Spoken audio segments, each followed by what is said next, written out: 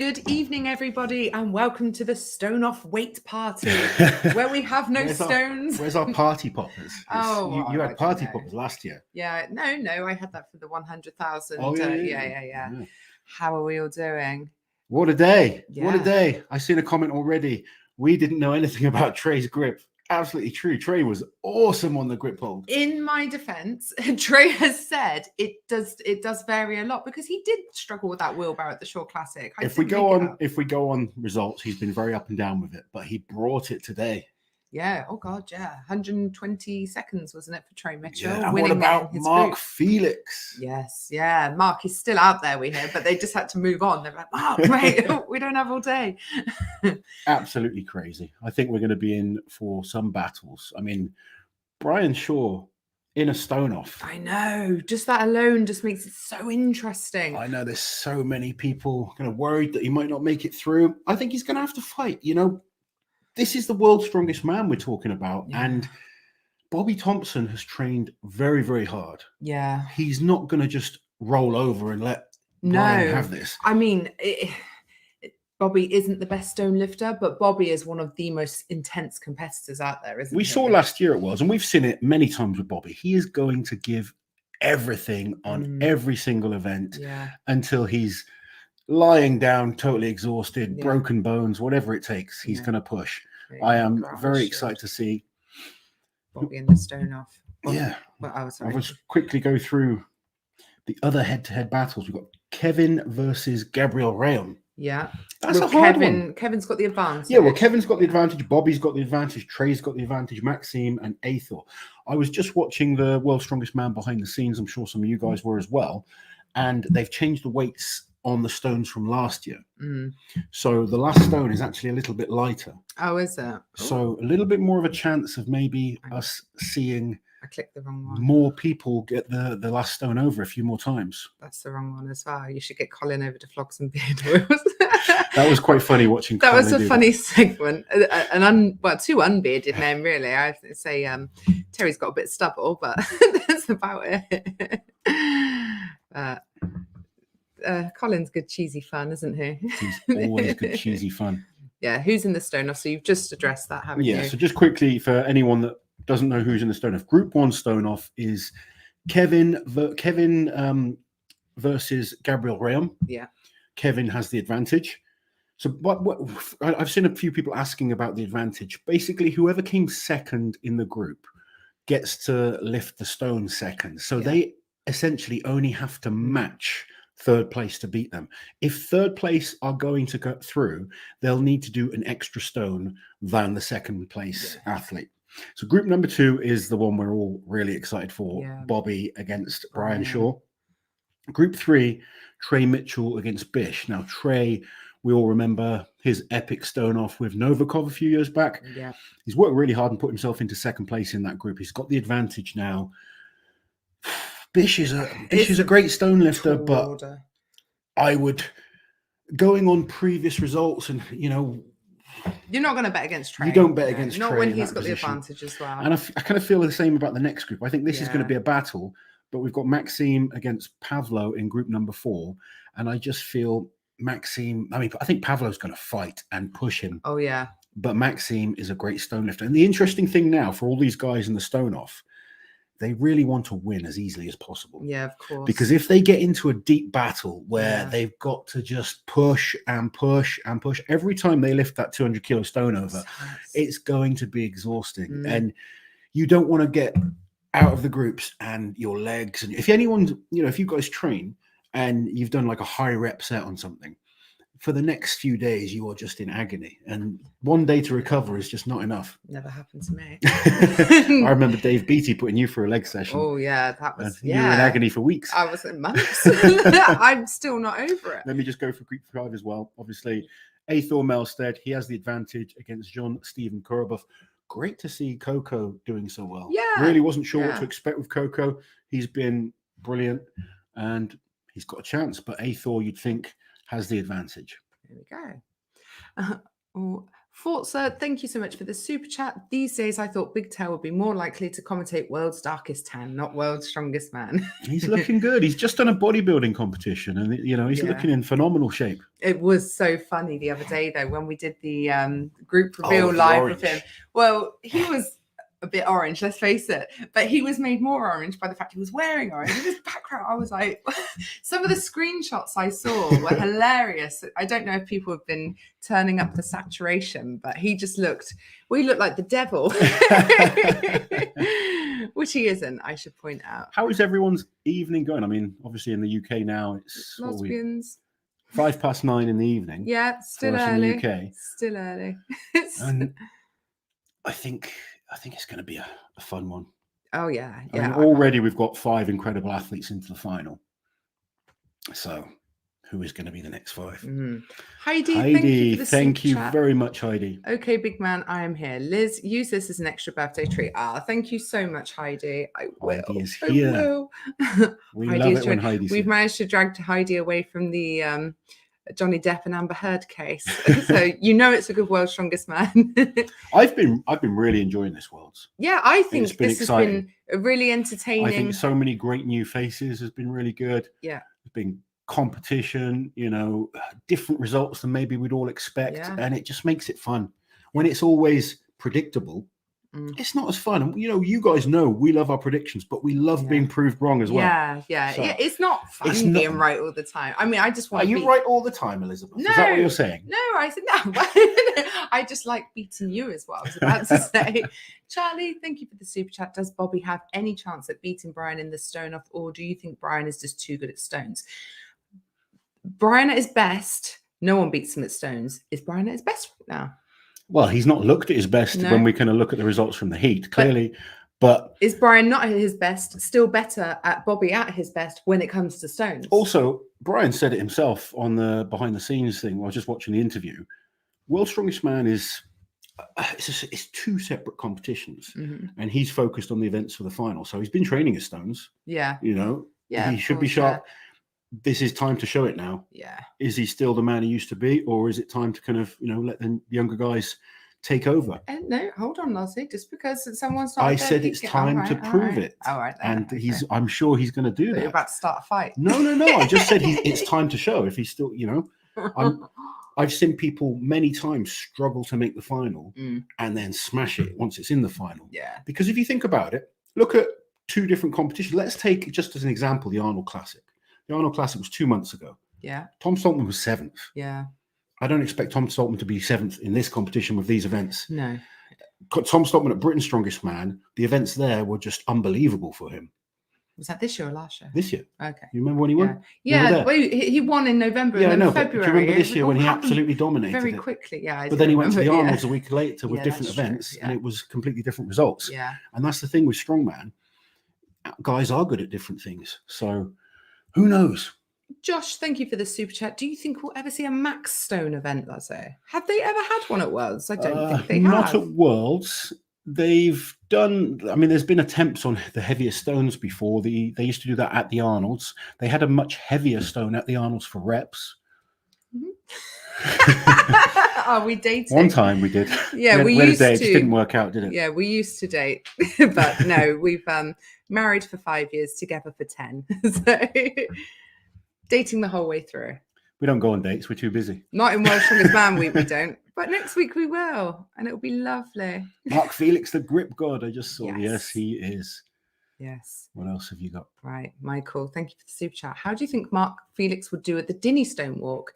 Mark Felix has done the Dinny Stone Walk many times. Yeah, because he used to do the Highland Games a fair bit, didn't he? Yeah. One of Mark's issues on something like the Dinny Stones is his hands are so big and the rings are quite small, so it's like cheese wire. Yeah, it's very painful for him. But he's good. He's done some decent distances, but the Dinnies aren't just about grip, and that's where a lot of people kind of actually go wrong with them. They think, if you're just holding it, it is. Yeah, of course. But if you're just trying to do the walk, it's a little bit different. Yeah, I think Mark still. I don't know. At some point, I'm not sure if he still does. He held the record for the Dinny Stone replica that they use in the Rogue competitions, the record breakers, for continuous hold, not for Yeah, walking. he doesn't have the record anymore. No, and right, obviously okay. Kevin Fairs has the record, the replica stone record for distance, Yes. which was unbelievable. That Yeah. he did. Never seen anything like it. Yeah. Yeah. There we go. How heavy was the cannonball? Actually, that's a good question. I believe it was 500 pounds. And looking at the times, I think it was too I light. think it was a little bit light. Yeah. I think it would was have been definitely too better light. just visually. I don't want to sit there and watch someone hold something for 2 minutes. 2 minutes, no. So maybe if they do that again, they need to up the weight on that event. I think that would be probably a smart thing to do. Yeah, I couldn't believe they did it on a forklift. I told you. But no, I know. It was so different to me. I was told it's going to be up on a platform. Do you remember when they did the wrist roll and they were up high on this sort of purpose-built thing? 1977, and they built a beautiful platform for it. 2022. I don't think it was a beautiful platform. I'm pretty sure it was just a truck, back end of a truck that kind of pushed them up. Oh, was it? But yeah. Isn't a forklift at risk of tipping, Nossie? With those men on it and £500 dangling off of it. Thank you, Rachel, for becoming a member. Or was that Raquel? Oh, I don't know. No, Rachel. Yeah, Rachel. you're right. Why am I doubting Need myself? your glasses. Do you know what? No, I barely slept. Barely slept a wink. Oh, look, Sam Taylor's here. Hi, Sam. We're in bed, eating sweets, loving your updates, and off to tune into Liz on the Woman Who Lived podcast. Yes. I did my first ever solo podcast / interview. How was that for you? Women Who Lived. I said to her when she invited me, I don't lift. And she's like, no. It's not just women who lift. It's like women involved in strength sports. It was all right. You should watch it at some point. You'll find out. It was long. It got. Honestly, I will promise you I will watch it at some point. I think I shared. We'll all watch it at some point, probably after World's Strongest Man. I think I overshared. Oh no! You embarrassed me. I don't know if I've embarrassed you. Me, it was a few weeks ago now. I don't remember, Lozzie. God knows what you said. Exactly. You know how I panic. I just say exactly what I think at the time. And that's why we love you. I'm a liability. You are. You are. Oh dear. Thank you, Lily, for the super sticker. It's a shame we don't actually get to see the sticker, but never mind. There you go. Yeah. Our members' comments as well. This is your date. You've just got 2.5 thousand people with you. Exactly. Nearly 3,000 now. There we go. And what have you got to remember to do? Tell them all to like the video, please. And tell them all to subscribe to the channel, please. Did I do it right? Better than me. Alexa's been teaching us, hasn't she? Oh, she's so funny. If we point a camera at her now, she's like, welcome to Big Loz Official. It's like, oh no, we've corrupted the child. Marina, thank you for the super chat. Gutted for Bobby. I really wanted this for him. He's miles ahead of Brian in points now, but he might not make it through. Though overall he did better. Well, no need to be gutted yet. It hasn't happened yet, and anything can happen. We don't know. Like, we suspect we might know how it's going to go. It is one of the things about the stone off. If we look at the last 5 events, Bobby's beaten Brian on 4 of them. Yeah, that's right. Yeah. So it's one of the reasons I don't personally like a stone off. We just don't like the emphasis on one event over the rest. We don't think one event should be more important. Yeah, I mean, you look at someone like Rob Kearney, for instance. If a yoke was the last event for Rob, he'd be laughing, wouldn't he? Yeah. It's Mark Felix. If the last event was the grip hold, you could have a disadvantage against Mark, and he's still holding on for 30 seconds longer than everyone else. There's certain events that people are just so good at that they have a big advantage when it's always that event. Lewis there saying Gav did fantastic. Felt like maybe he was a bit unlucky with the group, and in another group he could have. Yeah, he did. And again, if you go back to that, where you're looking at all of the guys together, if they all competed in one competition rather than being split into the groups, Gav was right up there. Yeah. Same with Pavlo Cordiaca, though. He would have been a much safer bet. It's how the groups work, unfortunately. Yeah. Jim Smith, thank you for the super chat. Do Giants Live do a frame or farmers world champs like the deadlift and log press? Would that work as a contest? Big fan of the channel, guys. No, they only do max weight events as a world championship. So log, axle, and deadlift are the three kind of lifting events they do as a world championships. Moving events, things like that, they don't tend to focus on it. And even the deadlift and the log, they are newer things. Strongman, when I started, it was just a competition, and if you happen to break a record, it would be in a competition. You didn't have people training specifically for one event. Whereas now you have athletes out there that they do specialize just on certain things. It We was see it in the around deadlift. 2014, they started bringing in the World Deadlift Championships, I think, at Europe's Strongest Man. It was around about that time. Maybe even earlier they did the log. I'm not sure. Ross, thank you for the super chat. What was the first competition that you watched Loz live, Liz? It was Iceman, Yes, a Strongman you came Champions to Finland League with me competition. in Lapland. Yeah, and it was bloody freezing. We got off the plane and like the hairs in your nose it just freeze. Yeah, they do. Yeah, it was minus 36. I know. I think it was minus 28. What, at night? Yeah, it was, at night. It was stupidly cold. It was cold. so cold, so cold. I've never been so cold in all my life, and you had to do a truck pull on ice, and you did. I didn't have the right shoes, did I? Instead of loading Atlas stones, you were loading snowmen and massive ice blocks. It was just the most bizarre. Where did I finish? I was third, wasn't I? Yeah, I think you were tied for second, but third on countback, along with Krzysztof Radzikovski and someone else. I can't remember. Tommy Lotta, that was it. The man who had the ice pick type shoes. Yeah, he had Tommy the shoes. Lotta knew what he was doing. He there did. we go. Many guys say it felt way lighter than 500. I've heard that too. Yeah, I think it needed to be heavier. I'm not saying it was lighter than 500, but obviously looking at the times, there was a few that went over like a minute and a half. I think, I like really heavy tests of grip strength, and everyone's different. Brian Shaw likes heavier things. I prefer heavier events within reason. But I think when someone's getting over 2 minutes on a grip event, it should be heavier. Robert, thank you for the super chat. Had COVID this week. You guys' coverage has got me through. Thank you. Brian will be dangerous in the final. He seemed confident on the backstage live. Yeah, and I think Brian's one of those people. He really focuses his training on the final events, and they are very good events for him in the final. So I've no doubt that it will be a decent final for Brian. I'm not sure he's going to make the podium this year. Well, look, he's got to make the final first. That's the first focus. No one should kind of jump ahead of themselves. At the moment, we only have 5 athletes in the final. I've never done that. we all do it. It's all a natural kind of thing to do. But right now, he needs to focus on a good stone performance. Once that's done, if he beats Bobby, then it all starts from zero again. So whatever he's done in these last few events mean nothing. And that goes for anyone that's excelled in these events. It means nothing because it starts again and you have to perform on the day. And Brian has said himself that he focused on the final events. Yeah. Doesn't always pay off. I did that one year. Yeah. And ended up not getting through to the final. Was it 2010? Yeah. Yeah, there we go. I never made that mistake again. Possible pilot deviation. Thank you for the super chat. How would Prime Loz have done in this year's World's Strongest Man? Very heavily dependent on which group you were put in. Well, it would depend on what kind of shape I was in. Like if I competed right now, I would have struggled. Prime Lozzie. Prime Lozzie. It's hard. I don't like, Yeah. I think there's, groups would have been tough. Like those middle 3 groups were really tough. Yeah, they were. They were really tough. 2, 3, 4. Yeah. You're fighting hard. In my prime, I was really good at things like the car walk. I was a good deadlifter. My grip is solid. Loading, I was up and down on. Younger Loz was better at loading than as I got older. I got less mobile and less flexible. I was always pretty quick, but my mobility to get down was not so good, wasn't it? Yeah. What was the last event? What was the other event? What am I missing?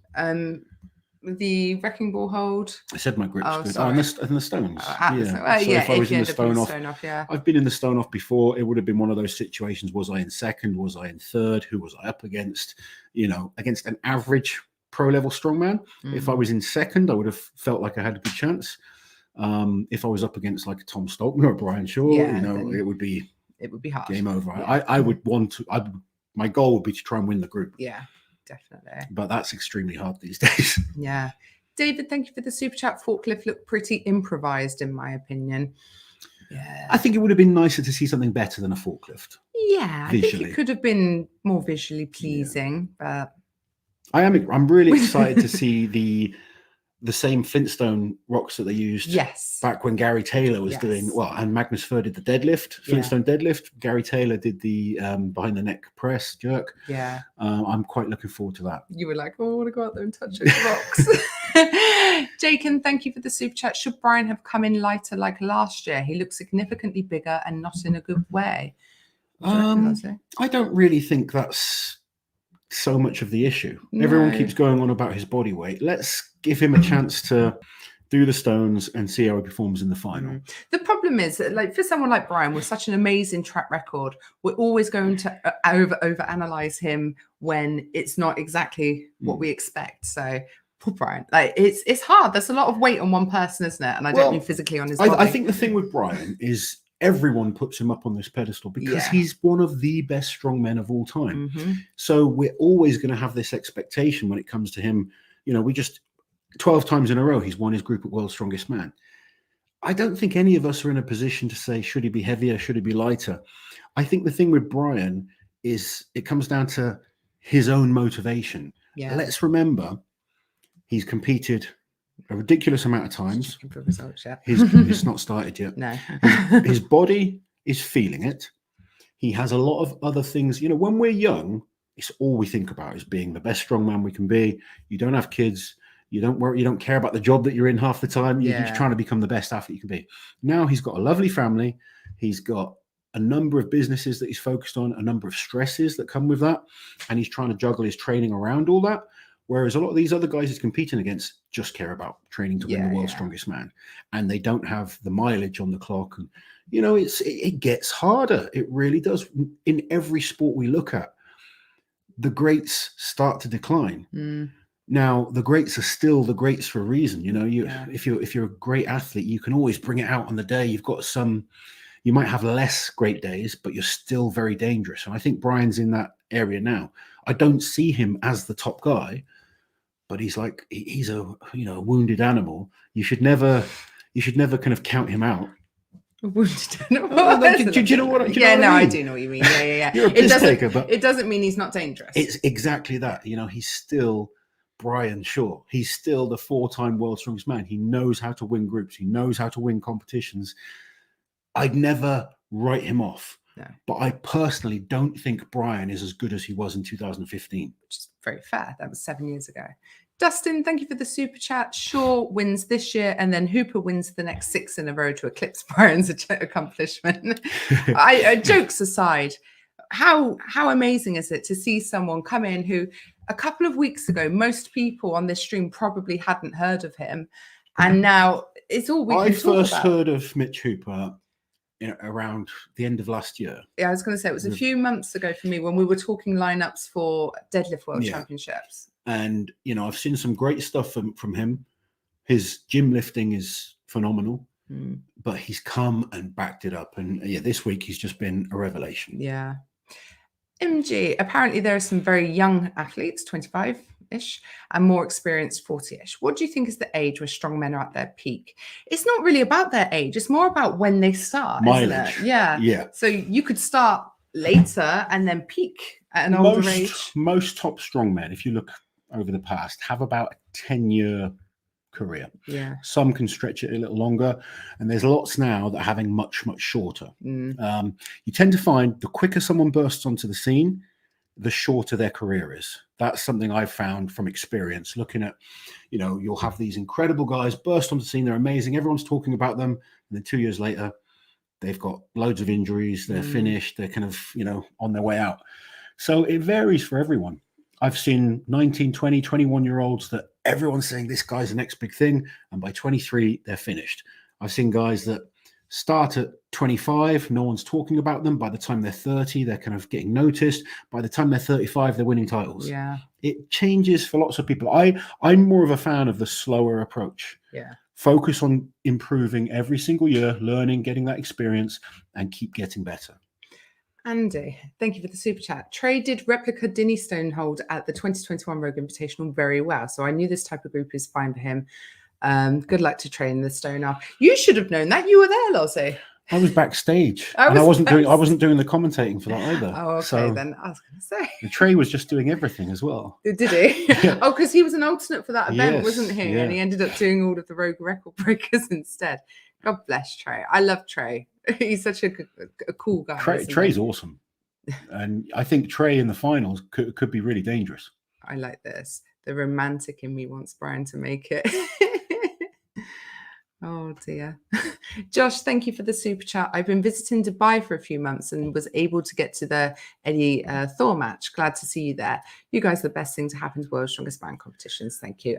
Thank you, Josh. Did you enjoy the fight? It was a fun evening. I mean, it was a stressful time. Yeah, it wasn't like we enjoy the strongman competitions. The fans at strongman, it's a bit more friendly. That's our comfort zone, isn't it? But the boxing was very hostile. It was like Eddie or Thor side. It was very tense. Like, even we went into the press conference and we just sat down because no one else was there yet. And we sat down, and then all of a sudden everyone's like, which side? And I'm like, God, it's not a wedding. Are you supposed to pick it? And suddenly I was panicking. Which side are we? Where's the middle? So, everything about that was stressful. It was. The actual fight was fun. So, it was a great fight. Hung, thank you for the super chat. Loving every bit of the coverage. Thank you so much. Cheers from the USA. Thank you for joining us. Much. Very patiently now we sit and nearly we wait. 4,000 people joining us. That is incredible. Thank you, guys. Just people passionate about the stone off. Well, not really the stone off, but obviously we all want to know who is going to be in the final. Have you guys enjoyed Worlds this year? I really have. I think it's been brilliant. It's been one of my favorites to kind of follow, and it's weird because I'm not watching it. I'm just picking up results. And, But I think World's Strongest Man have done a much better job this year interacting with the fans and giving us the results and putting it on YouTube and not behind a paywall on Facebook as well. It's been so much better. I think Terry's done a good job. Terry's done a great job. Bless it. Oh, his pronunciations though are absolutely they're worse than ours. Yeah, they make me feel better. Brilliant. Don't change though, Terry, if you're watching. Never change. Imanjit, thank you for the super chat. I think that for stones, the person in third should have to do a rep for every point they're behind before the stone off begins. Would have to be 1 stone. God, that's pretty brutal to be fair, isn't it? I just think the stone off should be got rid of, but that's just me. Would you prefer to see just any, because it doesn't even have to be at the stones, does I've said many times I don't like the groups. I want 20 guys. But sometimes the groups are fun. Oh, they are, and they give, and you know what, the group, you know, to kind of act like, I guess, devil's give the advocate, other side of the story. If we didn't have the groups, then we wouldn't get chances for certain other athletes to be seen and stuff like that. So I get it. You know, there's always arguments for and against, but personally, I would like to see 20 guys over 8 to 12 events. I think maybe 10 is a good number. I'd like to see 50 guys. 50? Yeah. Why 50? Oh, just bring them all, Leslie. No, bring them all. 50. Yes. Do you know what I think would be perfect? 20 guys with a real proper qualifying system, so we get the best from all over the world. I think certain areas deserve more invites because in America, that's why we want Europe, more, not less. No, but like you've really got to earn your spot there. That's what I'm saying. Okay. And then it should be the pinnacle. Yeah. It should be the absolute best, going head to head over, let's say 10 events over 4 days, three days. Yeah. And then you don't need to show out everyone on every event because that would, if you just watch the same thing again and again, it gets boring. Yeah. They need lots of behind the scenes stuff, interactive stuff that makes it like you watch a tennis competition or something like that. Yeah. Things that engage people watching. And then if an athlete does well, but they're not a great all-rounder, they get noticed for the events that they do well at. And you'll find the absolute best strongman, over 8 to 10 events. I think that's a good amount. I think, some of the one-day shows where it's only 5 events, that's a chance where you can manipulate things to, not necessarily manipulate to favor someone, but I could beat a lot of people with the right 5 events. Yeah. Terry Hollands could beat the right people. The right set of events, Lazzy. It's been a while. Whereas it's like most sports, they're big championships. They're like a tennis tournament is played over 5 sets rather than 3 sets. Yeah. Snooker is played over a lot more frames. Darts, for instance, a lot more legs, because you get that consistency over a longer period of time. Then you really find out who's the best. Yeah. Right. Let's quickly try and get through the backlog.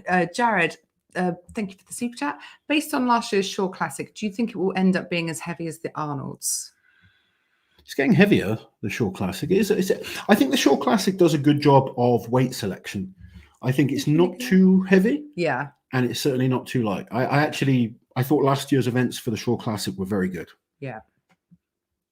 Ron Chop, thank you for the super chat. Novikov's coach says he can do 240 on the behind the neck press. I saw that as well, and I hope it's true. I want to see, and this is kind of part of the reason I really wanted Pavlo in the final as well, because I want to see him do the behind the neck press. That's why we need to have the format that Loz suggested. I've had these conversations with all sorts of people, and I do understand both ways of doing things. Yeah. The groups are fun. I don't like it from a competitor's point, because I've been there and felt like I lost out because of the way it was done. Yeah. And I'm sure athletes will feel like that after today, but it's the way it is. Doug, thank you for the super chat. Any word on Kim and the threats against his family? There was no threats against Kim's family. You're thinking of Nedzmin and Beskovic. Yeah, he spoke about it in Martin's latest video. Yeah, apparently before the first day, he was getting threats against his family. And like pictures of his kids in a park or something. I don't know the ins and outs of it. I believe everything is okay now. Spoke to Nedzmin very briefly. I think his family's all okay, but yeah, that's not exactly what you want the day before. It's not what you ever want, is it? Well, horrible. Absolutely, yeah. Josh, thank you for the super chat. Would you like to see a different event besides the Atlas Stones at the end of every competition? And what event would you like to see in World's Strongest Man? Do you know what? If you want to do Atlas Stones, I say chuck them somewhere in the middle. Let the guys get cleaned up. Because at the end, when everyone wants to celebrate and hug, we're all getting our clothes wrecked because of the tacky. Are you thinking back to Europe's? Yes, when I was nearly stripped of my dress because of your tacky. I would like to see more of a mix-up. I just like a variety of events. That's what Strongman always was. Yeah. Strongman up until the 90s wasn't so heavily focused on Atlas Stones. No, you'd have the McGlashan Stones, but sometimes. Yes, sometimes. And they weren't necessarily at the end. They'd be. And people say it's tradition. I think the first 7 World's Strongest Man competitions didn't have Atlas Stones. Yeah. And I think it was the first final event a tug of war. Yeah. Yeah, that's tradition. Bring back the tug of war. So I think Atlas Stones are a great event.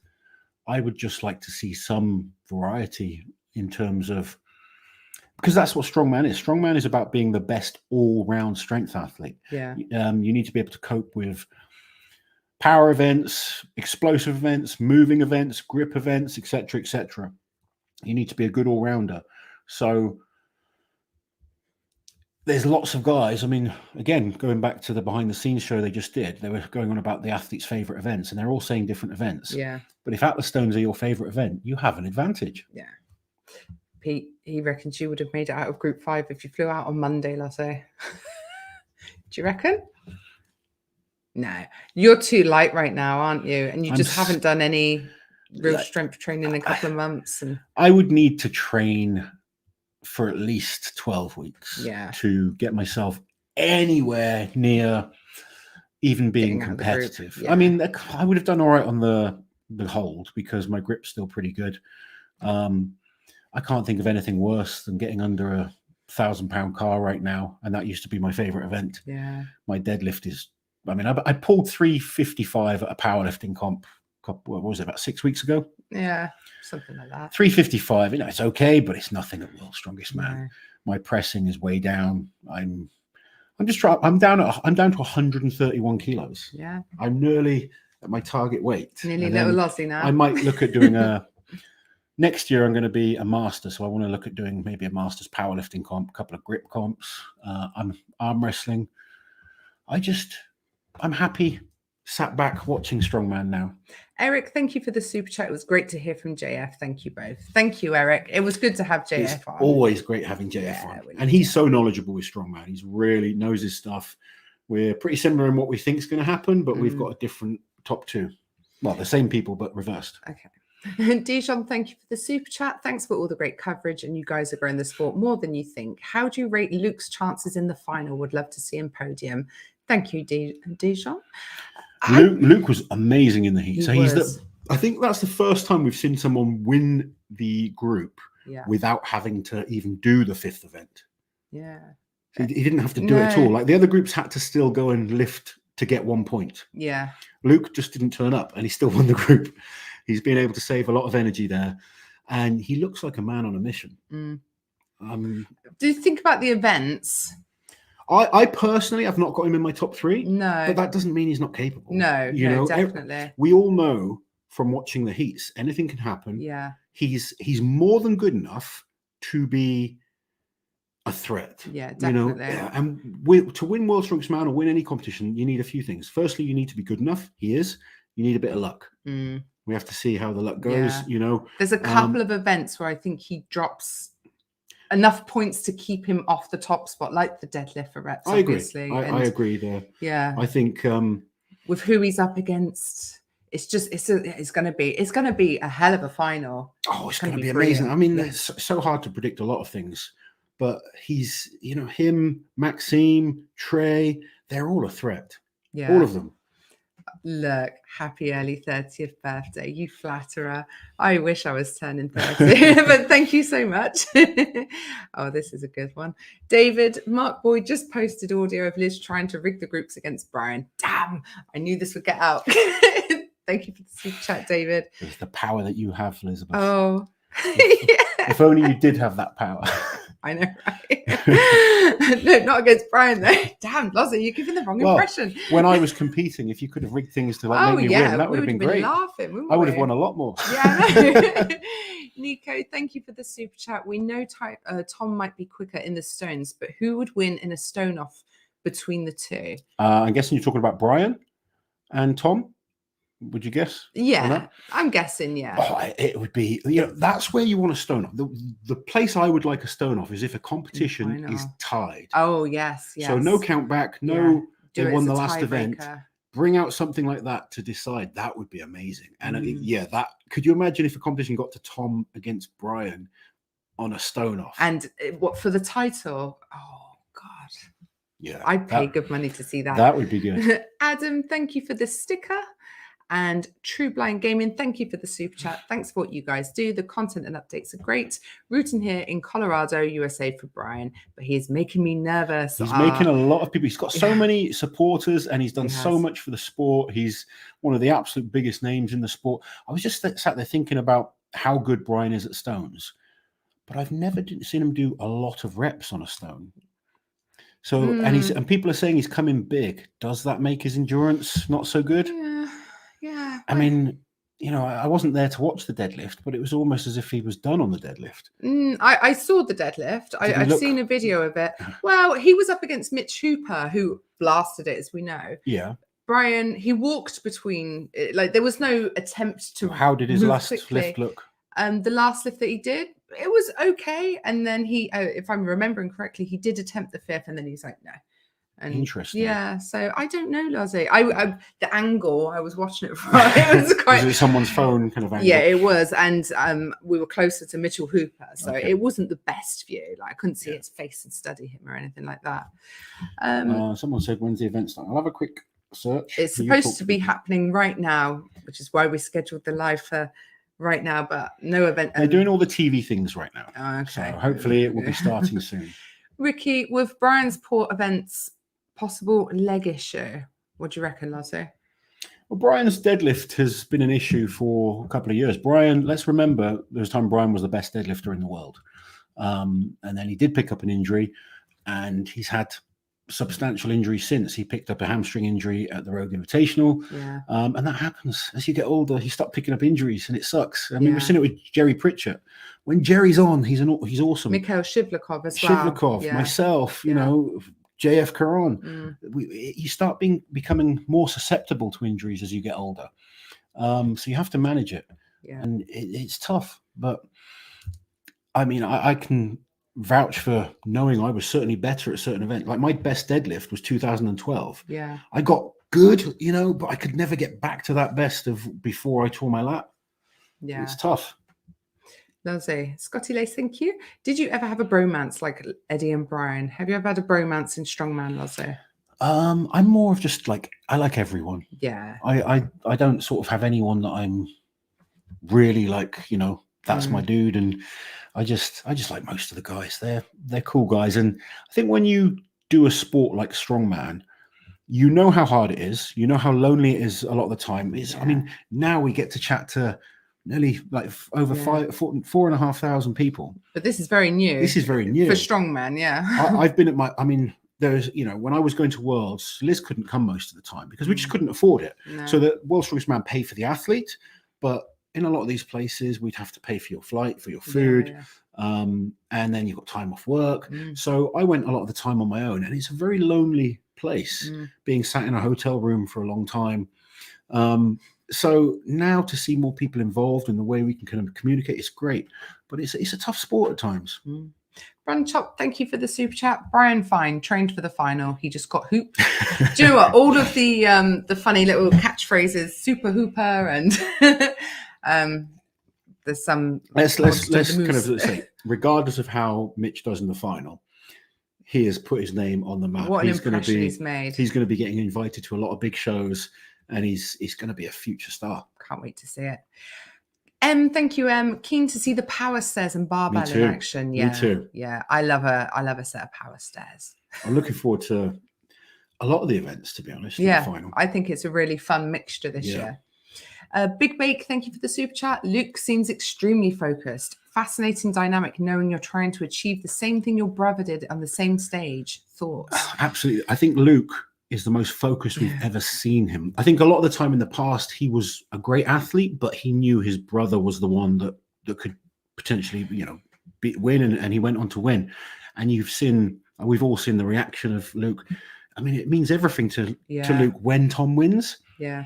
It is weird, though, isn't it, that he's trying to beat his brother. He's trying to take that title away from his brother. And this is the first time we've really seen him talking like he believes he can do it. Yeah. And obviously they train together all the time, so they know what each other's doing. Yeah, it is weird. It's a very unique dynamic. Andrew, thank you for the super chat. Depending on the athlete and current points while in the groups, do you guys feel this can reflect on how the athletes push themselves? I've seen in the past poor group performances kill it at a different show or even in World Strongest Man final. Yeah, a lot of the time, people only do what they have to do and absolutely nothing more, don't they? We saw that with the wrecking ball hold. Except for Alexei. He only had to pick it up, didn't he? Same for Martin, to be fair. I made the mistake in the past of just pushing relentlessly when I didn't need to, and it cost me. So I think you have to learn from those mistakes, and a lot of the guys now will do the bare minimum once they can. We said first event, you've got to give everything. There's no doubt about that. In the first few events, you usually see everyone give everything. But as you get into the competition and you're in a safer position, you can start to think, okay, I only need 2 or 3 points on this event. So I'm going to save some energy. Adam, thank you for the super chat. Brian did a podcast last week and realized he's never won a stone off. You could see the hunger in him again. Well, he's never been in one. He's never been in a stone off, so he's never lost a stone off either. No. So that's one way of looking at it. It's going to be very interesting. He's never had to do it. 2017, it was introduced, the stone off. So since 2017, the winning athlete, which has always been Brian, has always had the luxury of having to do one less event. David, Big Loss Official, I like what World Strongest Man has done with the behind the scenes live and how they've posted the scores on their webpage. Terry is a trip. Terry's been brilliant. I've really enjoyed watching it. Yeah. This is better than what they were doing before, much better. I think Terry's relationship with the athletes is really beneficial for this kind of thing, and they all feel comfortable talking to Terry, and and it should be there and accessible and free and everything. I think this is a really good move by I think Worlds. We are getting closer to starting. Ooh. Shouldn't be too long now, guys. The operator, thank you for the super chat. Hopefully World Strongest Man are out of their TV contract soon. Well, if it is due, I'm sure it's talks that they have continuously. Do you know what we should try and do? We should try and get the producers on for Talking Strongman. Bloody hell, do you reckon they will? We'll have to see. It wouldn't be live. It definitely wouldn't be live. No. Open to questions from the audience, but that would be amazing if they'd be up for it. We'll see. We'll do our best. Give them a grilling. Possible pilot deviation. Thank you for the super chat. Calculus math test. Yeah, I think all of the strongmen will struggle then. Thank you very much. Just plain Steve, thank you for the super chat. Thank you guys for help keeping me updated while I'm stuck at work. Do you know how many people have messaged me saying that we're helping them get through work with these lives? Yeah. It's great. Having to get through a trip to the toilet and people led in bed with their phone. That was funny. That was the meme. I bet he's thinking about other women, and then there's a phone screen with us on it. Just us. Right. Tony, thank you for the super chat. Can Hooper be the next Mateusz? We'll see. We'll see. Mateusz is a great strongman, but Mateusz will want to come back and win more. We know that. Oh, imagine the next gen of like Hooper versus Mateusz versus Alexei versus both Pavlos versus Martins and Tom and little. Oh man, there's so many great youngsters right now. Strongman is such a treat right now. Jeffrey, we cannot see your comment, but we will definitely keep an eye out for it. Sometimes, apparently, it's very easy to accidentally hit enter before you typed it. Yeah. Luke, thank you for the super chat. How about doing it like the CrossFit Games? I've said that before, haven't I? 30 athletes, 12 events, cut to 20 athletes after the first 4 events and cut to 10 after 8 events. I think the closest thing we've got to that in Strongman is the official Strongman Games, where they start, wow, I don't know with how many bloody hundreds across the different weight classes. Yeah, I quite like the way they do it. I mean, it's long days. Yes, of course. And it is quite repetitive. I guess it's how do they still make their TV shows? Can you have a TV show of 30 men deadlifting? You know? It's a weird one, because I think if you go down that route, you have to go like CrossFit and become a complete brand that is focused on developing gyms and fitness and stuff like that. At the moment, World's Strongest Man is still a TV show. Yeah, because CrossFit, they don't make their money from, like they do that sort of thing at a loss, don't they? But they're branding in gyms and like you say, that because it's like a franchise, isn't it? People pay a lot of money. Yeah. I think the thing with CrossFit is everyone can do it. Yeah. Strongman is becoming more like that now. And there's a lot of CrossFit that use strongman equipment. We see the yokes, the farmers walks, etc. It's kind of crossing over into other sports, and there's athletes in rugby, MMA that are using strongman kit for their training. It's, you know, you don't have to be the strongest in the world to enjoy doing strongman training. No. Jeffrey, thank you for the super chat. Do you think Brian will retire if he doesn't make the final? I think it's 50-50. It could go either way. Like, Brian would really want to be able to come back and prove that that was a fluke and that he is still at that level. But there must be but God, what if it happens again? Do you know what I mean? It would be, I don't know, possibly, maybe. Shall we pick who we think is going to get through? Go for it, Lazo. All right, Group 1, Kevin versus Gabriel Rayam. I think Kevin. Kevin's already got the advantage. You said Kevin from the start as well. I did, yeah. I am going to say Kevin, but he's going to have a battle. Yeah. Max says, bring back the flour sack loading final event. Yes. I think the guys would die doing that these days. It's funny because new fans that come to the sport, like because it's called the World's Strongest Man, they're like, well, why are they running with things? Why are they doing this? You should see the shit they used to do. Like honestly, loading some crazy gravel events. And wrist rolling. Lizzie, Group number 5, Athor versus Jean-Steven Koloboff. Who's winning that one? Athor's in second place. Yeah. Athor. I'm going to go with Athor. Honestly, the only upset I see where third place could get through is Brian versus Bobby. You think? So you're going to go Kevin, Trey, Maxime, Athor, and Shaw? Yeah. Yeah. What do you guys think? Do you agree with Auntie Liz? I think she's right, to be honest. But you never know. You never know what's going to happen. Yatta. Loz, do you still have the world record on the Dinnies? On the official Dinny Stones, yes, I have the current record. But my distance was beaten by Kevin Fairs on the replica stones at the Arnold Classic this year as part of the Rogue record breakers. And I think if Kevin went and tried, he would break the record on the official ones as well. He was very, very good. So if Kevin flies into Scotland, I'll sneak something illegal into his bag and get him deported for you. Yeah, it's quite funny. I mean, I did that record on a bit of a whim. Yeah, total whim. I didn't train for it. I did one session on some replica Dinnies. And you went, oh, that's horrible. Yes. Put it down again. So my goal was to just lift them. Yeah. And I knew I could lift them. And then it was like, I just want to walk with them. And then I ended up beating Brian Shaw's record. So it was fun. We've got a whole video on it you can watch after World's Strongest Man. Yeah. JT, thank you for the super chat. Agree that groups should be done away. If you're fourth in the group but sixth in the overall standings, you are better and absolutely should get to continue. And this is where it's made it very interesting this year, where they've got everyone doing the same events, because we can make these comparisons. And we will. Oh, and we will. But we have to consider there are some variables where someone will, go in last on an event and do what they need to do and maybe not push all the way. So it's not an exact science, but it does give us a very good idea, doesn't it? Yeah, it does. Dustin, thank you for the super chat. I don't think Eddie liked Brian's shirt. In yesterday's post, he interviewed Brian and put a sad face filter on him. Pretty fun. You did that to me the other day, didn't you, you bastard? When I was editing frantically and you were like, Lizzie, you okay? And I was, yeah, I'm fine. What's up? You didn't have a clue, did you? Yeah. Those two have banter with each other all the time. Yeah. I'm sure Eddie was thrilled that Brian thought to make a t-shirt with him on it, no matter what was happening on that t-shirt. Mike, thank you for the super chat. If you had to make a Mount Rushmore of strongman, who would be on it, Lasse? Zydrunas, Brian, Mariusz Pudzianowski. Am I only allowed one more? Is it 4 heads? Yeah. That's hard. It's hard.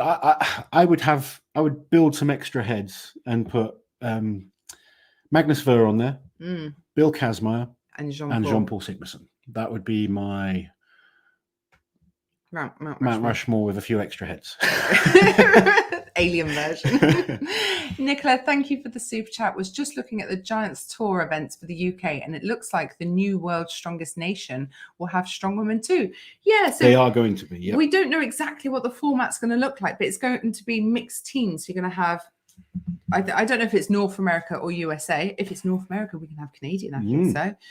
And UK, isn't it? It would have been cool to have Europe, but never mind. But it's going to be some heavyweights, maybe some lightweights, and some women in there too. So it's going to be very interesting. More of like an entertainment competition. It's going to be a fun comp rather than like serious, super serious. Guys, everyone. Yeah. And actually, the fun comps are great to watch because the guys are more relaxed. Yeah. They'll put on more of a show. Yeah. They're not trying to kill each other. World's Strongest Man backstage at the moment is going to be super serious and not much fun. Whereas that type of competition, the guys you'll see their full characters. They'll be happy, and it's the best chance to meet them as well. Yeah, when they're like that. When they're really chill. Yeah.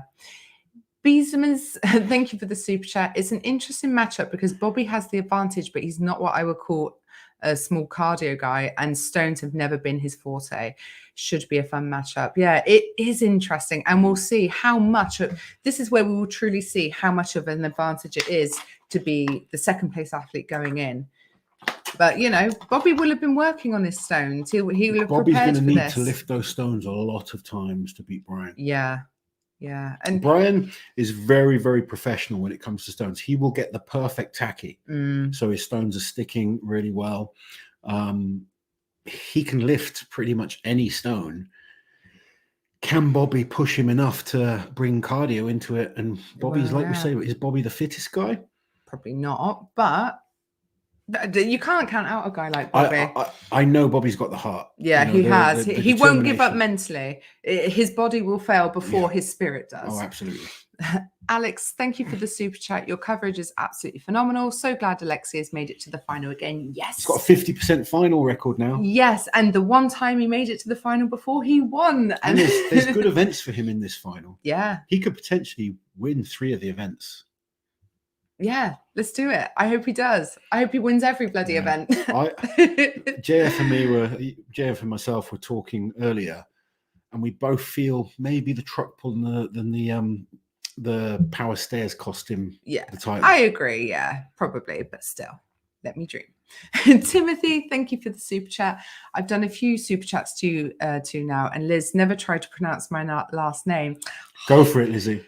LOL, I want to see you two try. Keep up the amazing coverage. All right, Timothy, hold on. Chidalek? Yeah, I would go for Chidalek or Chidalek. I'm sure you can correct us. Now do ours. Yeah, for anyone that thinks we're doing rubbish at people's names, try ours. Yeah. I can't say it properly. Christopher, thank you for the super chat. I personally think Mitch looks like young Loz. better keep close eye on the missus. Luckily, Liz likes current loss, so Yeah. Yeah, he's gonna have to grow a beard. You all know the top. No beard, no booty. Joshua, thank you for the super chat. Mitch Hooper made a fan of me this week. Absolutely phenomenal. He's made 2 fans here. Yeah, definitely. Really, we are big Mitch Hooper fans. We are on the hype train, definitely. And he's got his own YouTube channel as well. If you haven't found it already, it's just Mitchell Hooper Strongman, and I'm sure he's going to grow massively in popularity and gain more subscribers. But you should all make sure you go over there and give him some support. He's going to be on our channel tomorrow, actually, isn't he? He is. Yeah. Yes. You've spoken to him, haven't you? Yeah. He's like, I got nothing better to do. Wow. No, he wasn't like that. Actually. He said, you know, there's a lot of downtime. He's like, come on the channel. Yeah, we're having him on. Yeah, come on. Aaron, thank you for the super chat. Can you imagine a Tom versus Luke Atlas Stones to win? That would be epic. That would be epic. My goodness. What would his dad be like? His poor Is his dad out there this year? I haven't seen him in any pictures. Ben, yeah. We love Ben. But it would almost be worse not being there. It's terrible when you're not with your athlete or your person and they're competing and you're waiting for a text. What was the worst time? I think probably the worst time for you was when I was in Botswana. I had no signal at all on my phone. Yeah. And I had to do the stone off. In 2006. No, it couldn't have been 16. It must have been 17. Yeah. It was one of those two. But yeah, it was awful just waiting all day until they got back to the hotel. And you're just taking snippets of things off the internet because it's not like World's Strongest Man weren't uploading the results like nothing. They are now. You weren't even allowed to discuss the results publicly. If I was feeling really brave, I'd follow the mega thread on Reddit, but even that was scary. I just saw this and I liked it. Lord, you're looking good. Can tell you're dropping body fat percentage by your face. I get you some dimples back now. Thank you very much. Jacques, thank you for the super chat. Will we see Alex Lungo at Worlds or Giants Live soon? Alex is improving. He's still got work to do. He has weaknesses, and I'm training with him on Saturday. Can't wait to see him. But it's important that he realizes he's still got work to do. The World's Strongest Man and Giants Live level is extremely high. Alex is getting better all the time, and he just needs to keep focusing on improving. I'm a bit brutally honest with people, and it upsets people sometimes, but I know how hard it is to be at the top. Yeah. And there's a lot of guys out there that have 1 or 2 good events that think they should be at World's Strongest Man. You need to be a good all-rounder to really be challenging. I mean, you can get lucky, but for the most part, he's still got things to improve on. But his log is exceptionally good. Right now, his training is going really well.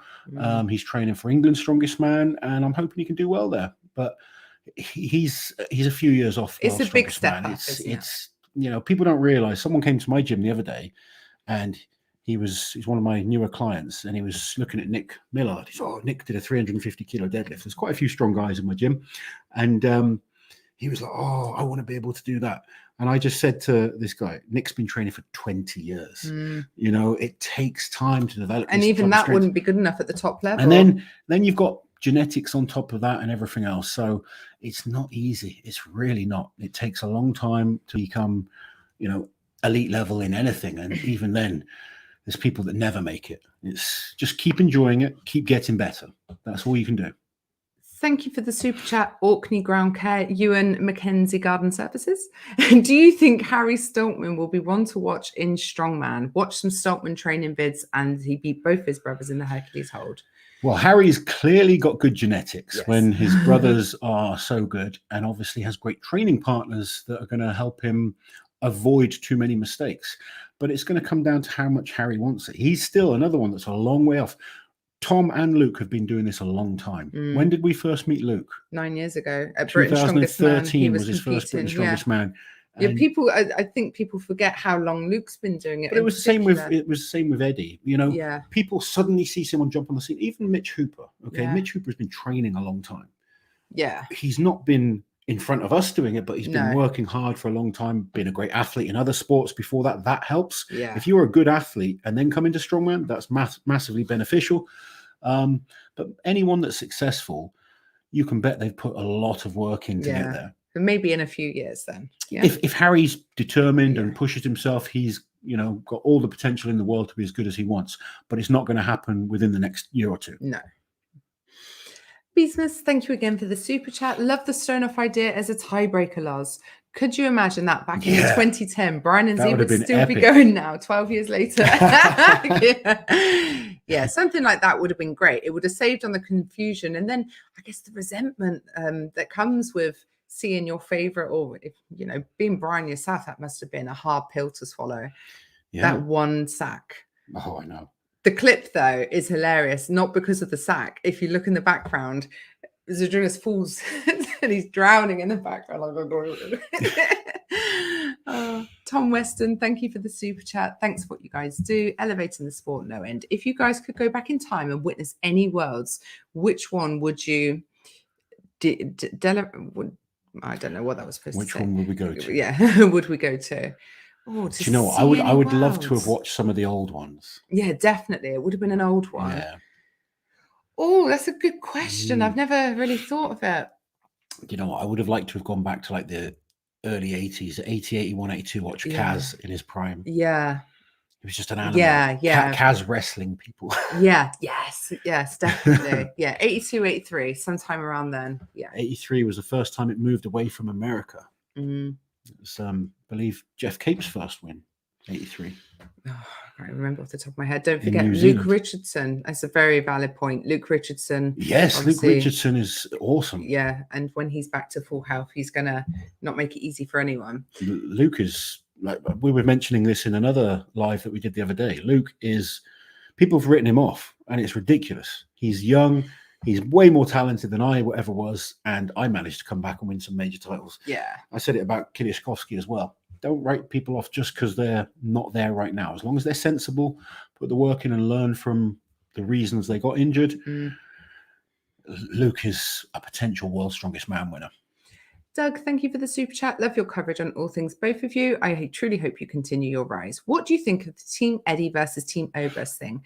So that is what we were referring to earlier with the UK versus USA. And I think the fact that it is Eddie versus Oba shows that it's a for fun show. And it's going to be, you know, there's going to be a lot of mudslinging, and, you know. It could be an interesting one. Yeah. Evan has to be in that one. I'm sure he will. To give everyone some grief. Dylan, thank you for the super chat. Does an athlete's performance at Worlds affect their chances of being invited back next year? Absolutely. If you do well at World's Strongest Man, it's massively going to help you. You know, if you make the finals, it's not guaranteed. There is no guarantee you get an invite back, but it's going to hugely improve your chances. And there's a good chance you're going to get invited to other big shows as well. So making the final of World's Strongest Man can really help make a career these days. Yeah, definitely.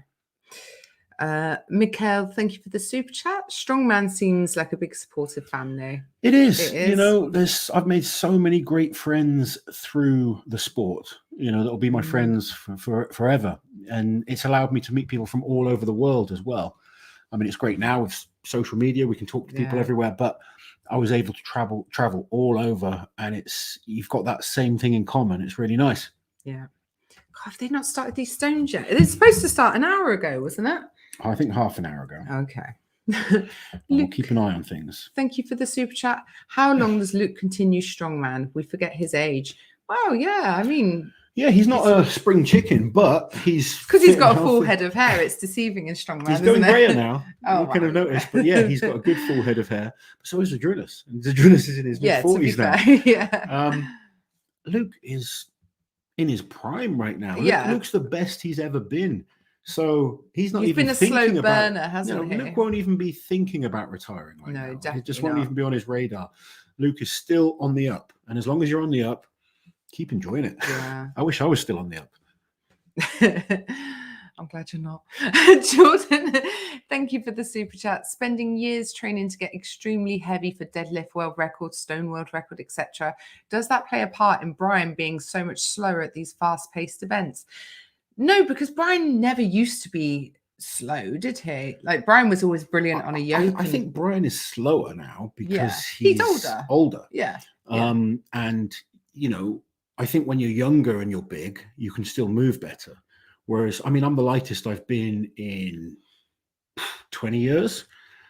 I still can't move as well as I did when I was heavy and, you know, younger. And hadn't those younger the joints kind of, they feel a lot more comfortable. So I think that is a factor. Even like JF is not as fast as he used to be. Yeah. He was a great athlete, in his younger days. And I think it's just a factor of age. It's more than his actual size. Brian has been much bigger than he is now, much bigger. You go back a few years ago, Brian was a monster. Yeah, he whereas is now he's smaller much now. leaner. He's still a big, huge man, but he's not the biggest I've ever seen him. And he was really quick on yokes and farmers and loading and stuff like that. So I don't think that's the factor. I think more age is the factor, and injuries and joints, than maybe just size alone. Yeah. Vinny, thank you for the super chat. Hey, thanks for the last couple of days and have a great spa weekend. Found out I have pneumonia today and this has made me feel a little better. Bless you, Vinny. Thank you for the super chat, Vinny. We hope you feel better soon. That's not nice. You've had that before, haven't you? Have I? Oh, no, was it? No, it's my Tracy. sister. Yeah. I was going to say, bloody hell. Yeah. No, but we do hope you're feeling much better soon and you're getting plenty of rest. Matty, thank you for the super chat. Literally, you don't know what I'm going to do when World's Strongest Man ends. Nor do we. No. When something becomes so all-consuming, if you get addicted to a TV series or something, when it ends, you're like, what did I used to even do with my life? It's really hard for the athletes as well. When I was training hard for a major competition. Oh, the come down afterwards. You have a real come down afterwards. Yeah. It's weird. It's hard. You need another goal straight away. Otherwise, you're just like miserable. Just like a holiday or something planned something just afterwards. to take your mind off it all. These lives are now my nightlife. You guys are awesome. Big love, Loz and Liz. Thank you, Matty. Yeah, I know what I'm going to do. Over 5,000 people on that is incredible. Waiting for the stone results. Come on, man. I'll see what's happening. Yeah, send some messages. Try and, Well, you talk to people. Throw your weight around a little bit. I will see what's going on. Okay, Big Bake, thank you for the super chat. Loz, I'm an amateur strongman and I love truck pull. However, it doesn't tax me much at all. What do you feel tortures the central nervous system the most? And how do you best prepare your central nervous system for those types of events? How many truck pulls have you done? Because truck pulls can vary greatly in terms of how hard they are. I've done some truck pulls which are just like a warm-up, and some which have absolutely left me physically exhausted and on the floor where I can't move again. Yeah. So I will question how hard the truck pull is that you're doing there. You can certainly make it harder. Even if you don't want to make it heavier, find somewhere that's on a slight incline. That makes a huge difference. If you're using if it's a perfectly flat surface that you're on, the truck pull can almost be easy. Outside is harder, then surfaces can change it again completely, the weight that you're using. But truck pull does vary greatly in terms of how hard it is. Squat for 20 reps is a great way to tax your central nervous system. It's a training method I love to use for short blocks. It's not something you'd want to be doing all the time because you would burn out. And just avoid lifting super heavy. You don't really want to destroy your central nervous system. So the fact that you're feeling good after it is a good sign. But there's, if you go to a comp and go to the absolute wall, you will be feeling it. Jules, need to see the video of Bobby versus Brian. That is a video we are all going to want to see, no matter how it goes. Oh, yeah. Just need to see it. Holland Mariah, 12 years winning the group is about as impressive as winning the whole damn thing. I totally agree with that. The records that Brian has at World's Strongest Man, I think he is the best World's Strongest Man strongman ever. Yeah, I would agree. Like outside of that, Zydrunas is more decorated in other competitions, but my personal view is that Zydrunas is the best of all time. When we're talking pure strongman, that's not just World's Strongest Man. Zydrunas has won 2 IFSA World Championships, which is when strongman split and there was another federation. So a lot of the guys competed in that instead of World's Strongest Man. He's also won 8 Arnold Classic titles. I think Brian's won 3. Yeah. Zydrunas has the most international wins out of anyone. And he went through a period of time where he was just smashing every single record there was. But Brian at World's Strongest Man has been phenomenal. Yeah. And he's been phenomenal in other comps as well. But I think right now, you've got to say Zydrunas is the best. If, and it's a big if Brian can win this 5th, he certainly is worthy of being called the best of all time.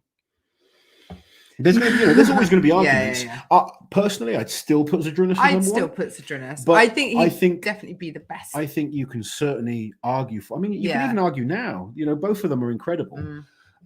Some people will argue that Mariusz Pudzianowski is the best. I personally don't have Mariusz as good as those two, as great as he was, even though he did win 5 World's Strongest Man titles. It was when the strongman split, and a lot of the best guys at that time weren't competing in World's Strongest Man, and he never won the Arnold Classic. So it's like being a great in tennis. Is someone that just wins Wimbledon better than someone that can win all 4 majors? Yeah. Michael, thank you for the super chat. What do you think of this idea? What if in the final, the order that the athletes go first to last relies on their heat score? Would that get them then to try on the last event where they don't need to? A bit like gladiators. Brian Shaw, you will go on my second whistle. It depends, I think, on what the first event in the final is.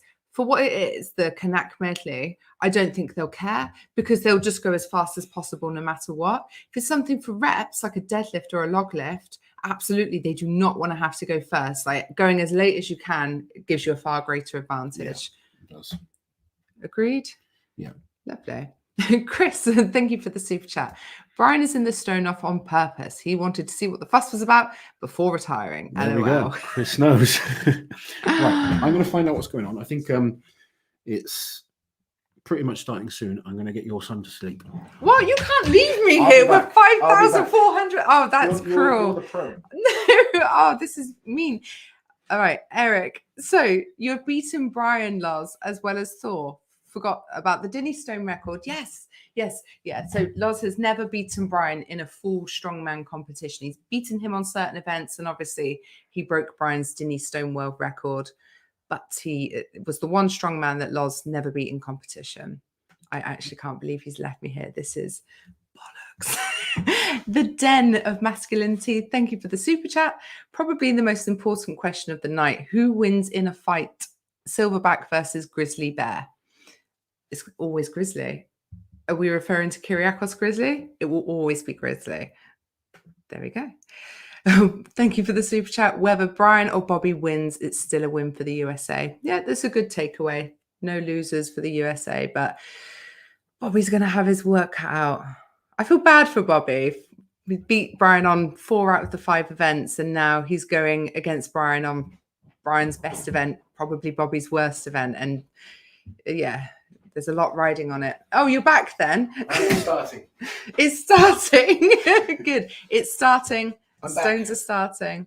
Oh, it's too late. They've all denounced you. We've changed the name. Bigler's official. Well, since I left, the viewing figures have gone up. Wow. So maybe I should leave again.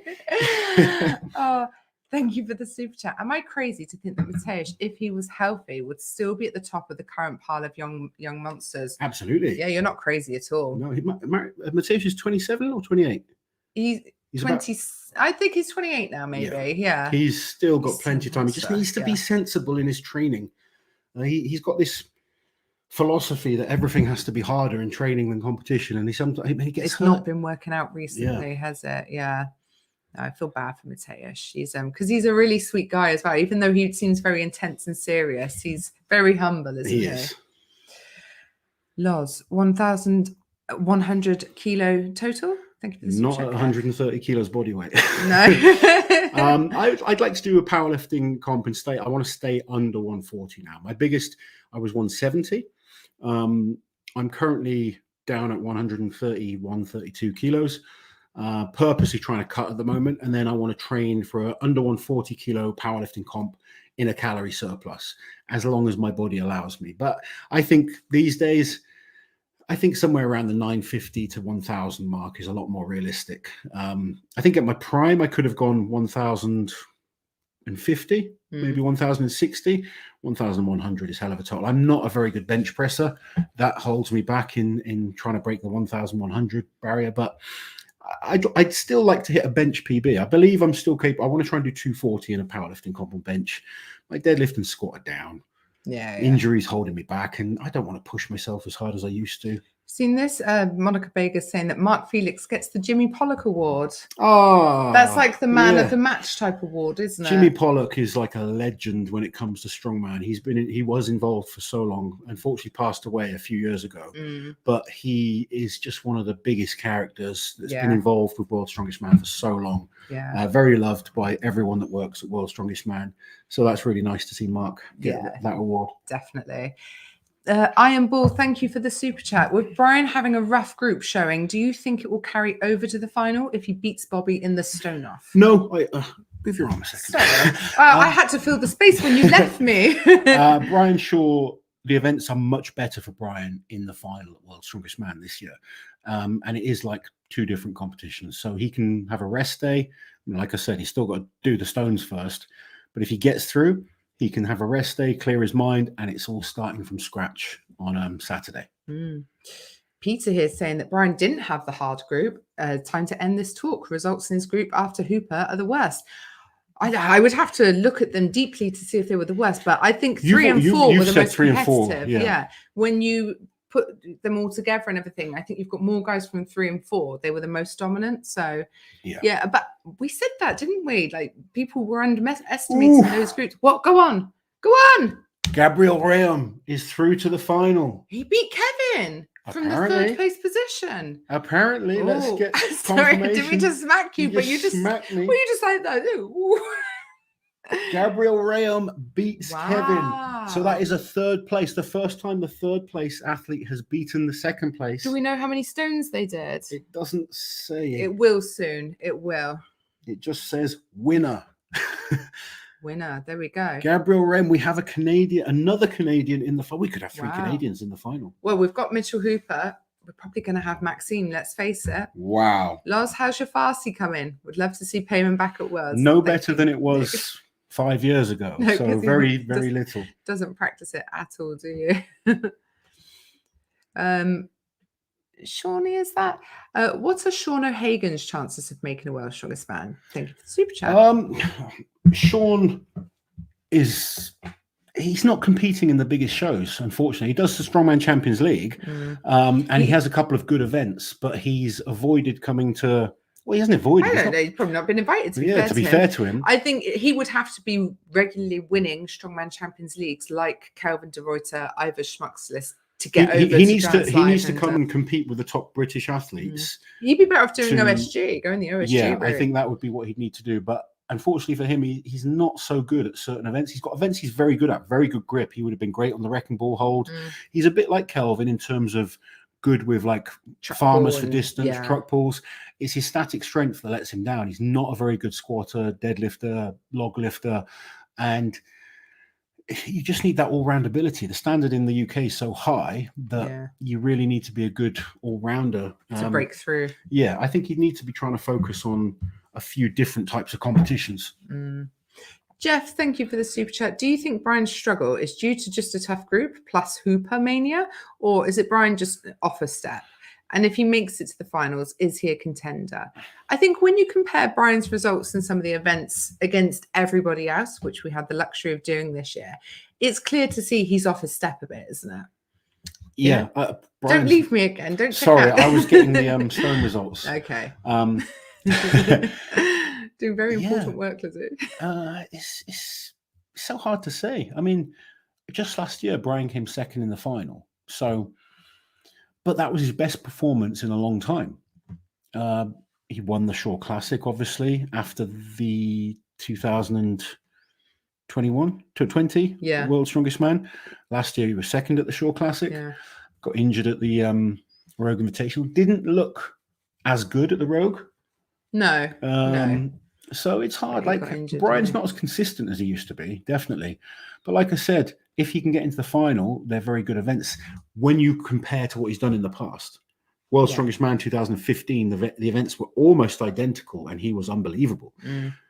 I don't think Brian is as good as he was then. No. I think if he was, he would have won his group and cruised through. But until we start that final, who knows? Richard, thank you for the super chat. Will Brian retire if he doesn't get a podium? No, I don't think so. He wasn't on the podium in 2020. He wasn't on the podium in He was last year, 21. Yeah, not 2020. 2019? He No. wasn't then either. No. No. So, no, I don't think not being on the podium would be like the sort of the straw that broke the camel's back. I think maybe not making the final could be, but not being on the podium, especially if he feels he's happy with his performance, because that's what it's about, really, isn't it? Lozzie, one for you, Sir Bagels. Thank you for the super chat. I like bagels. How many times per week can you train your grip hands, forearms? They seem to recover faster than larger muscle groups. Thanks. Yeah, it depends. Again, like with anything, it depends how hard you push it. So if you're training to absolute failure, you'll find they probably don't recover as quickly. Whereas if you're kind of holding back a little bit, you can train them a lot more often. I train more arm wrestling movements than actual grip, but usually 2 to 3 sessions a week. You can get away with grip. There's times where I just do grip once a week. There's times where I wouldn't train grip at all.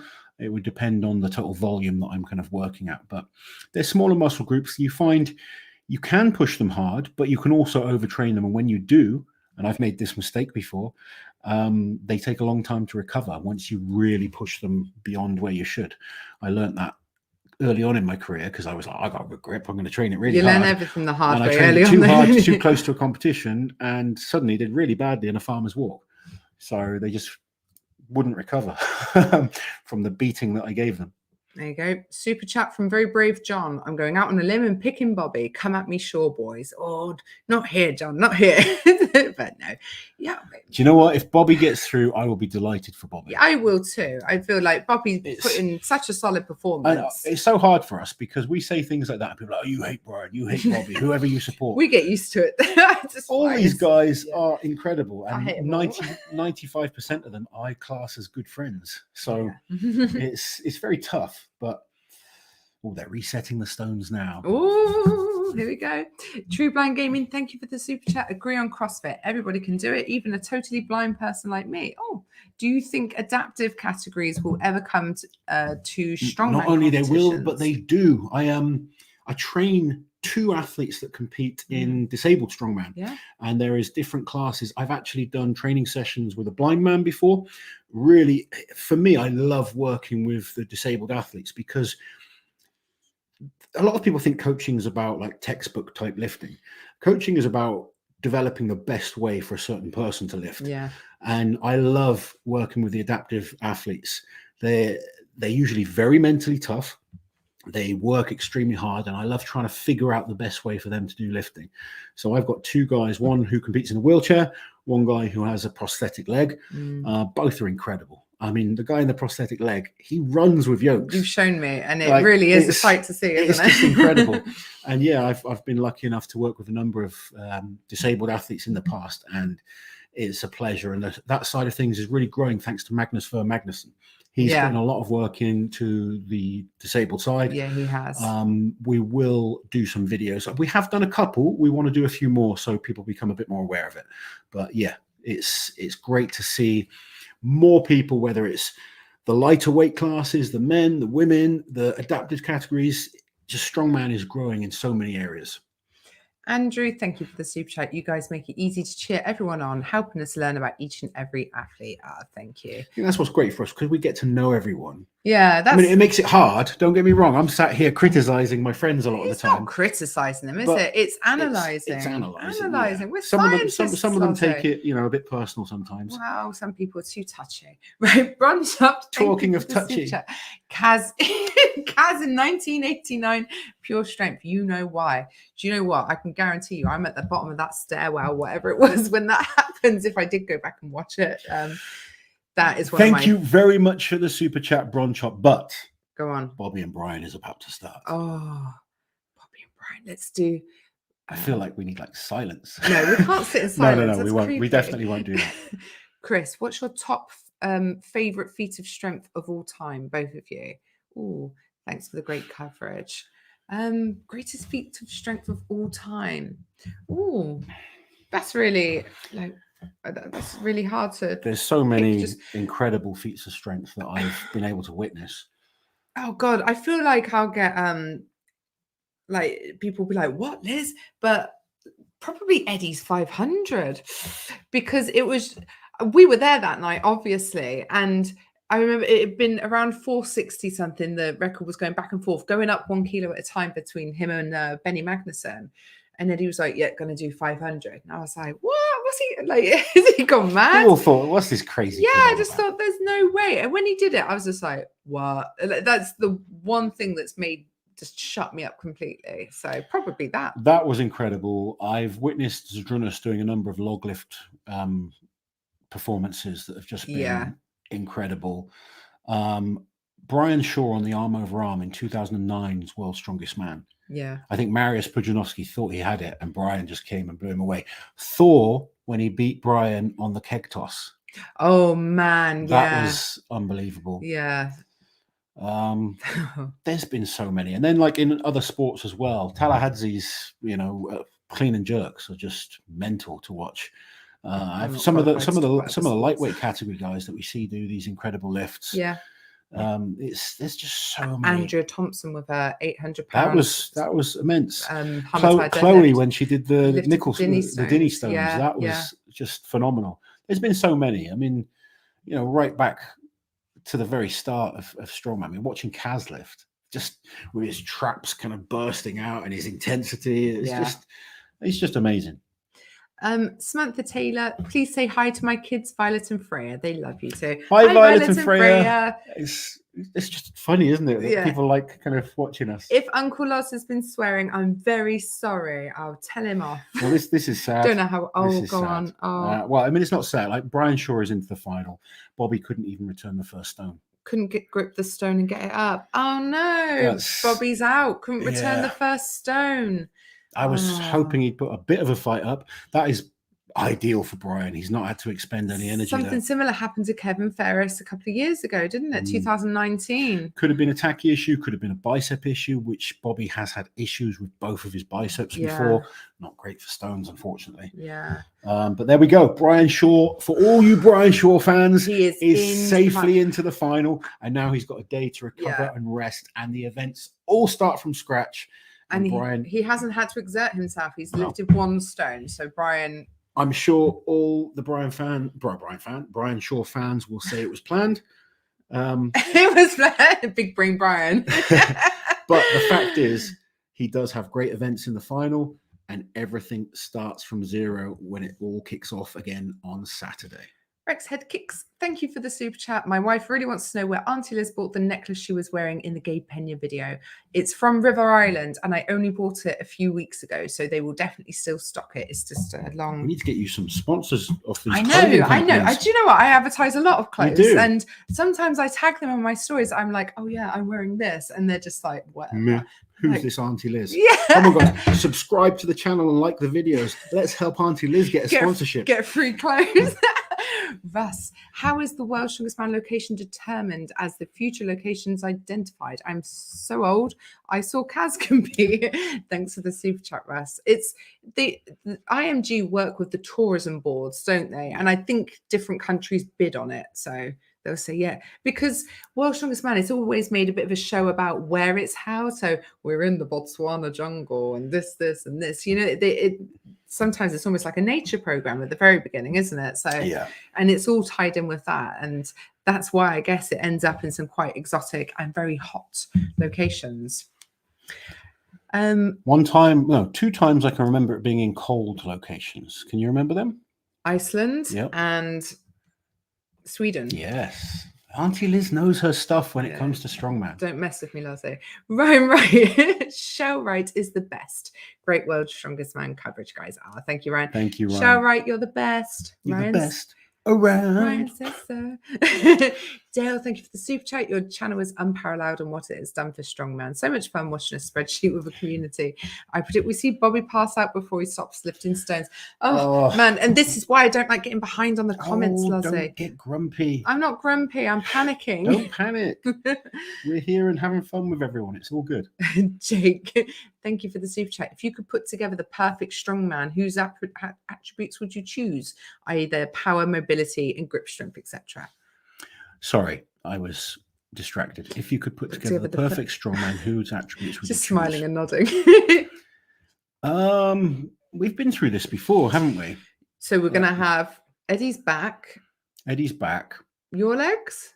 No, I don't want to put Who's me got in better there. legs than you? Well, no one, but No one. Derek Poundstone's arms. Yeah.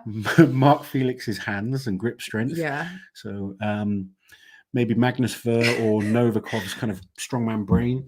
And Mitch Hooper's balls.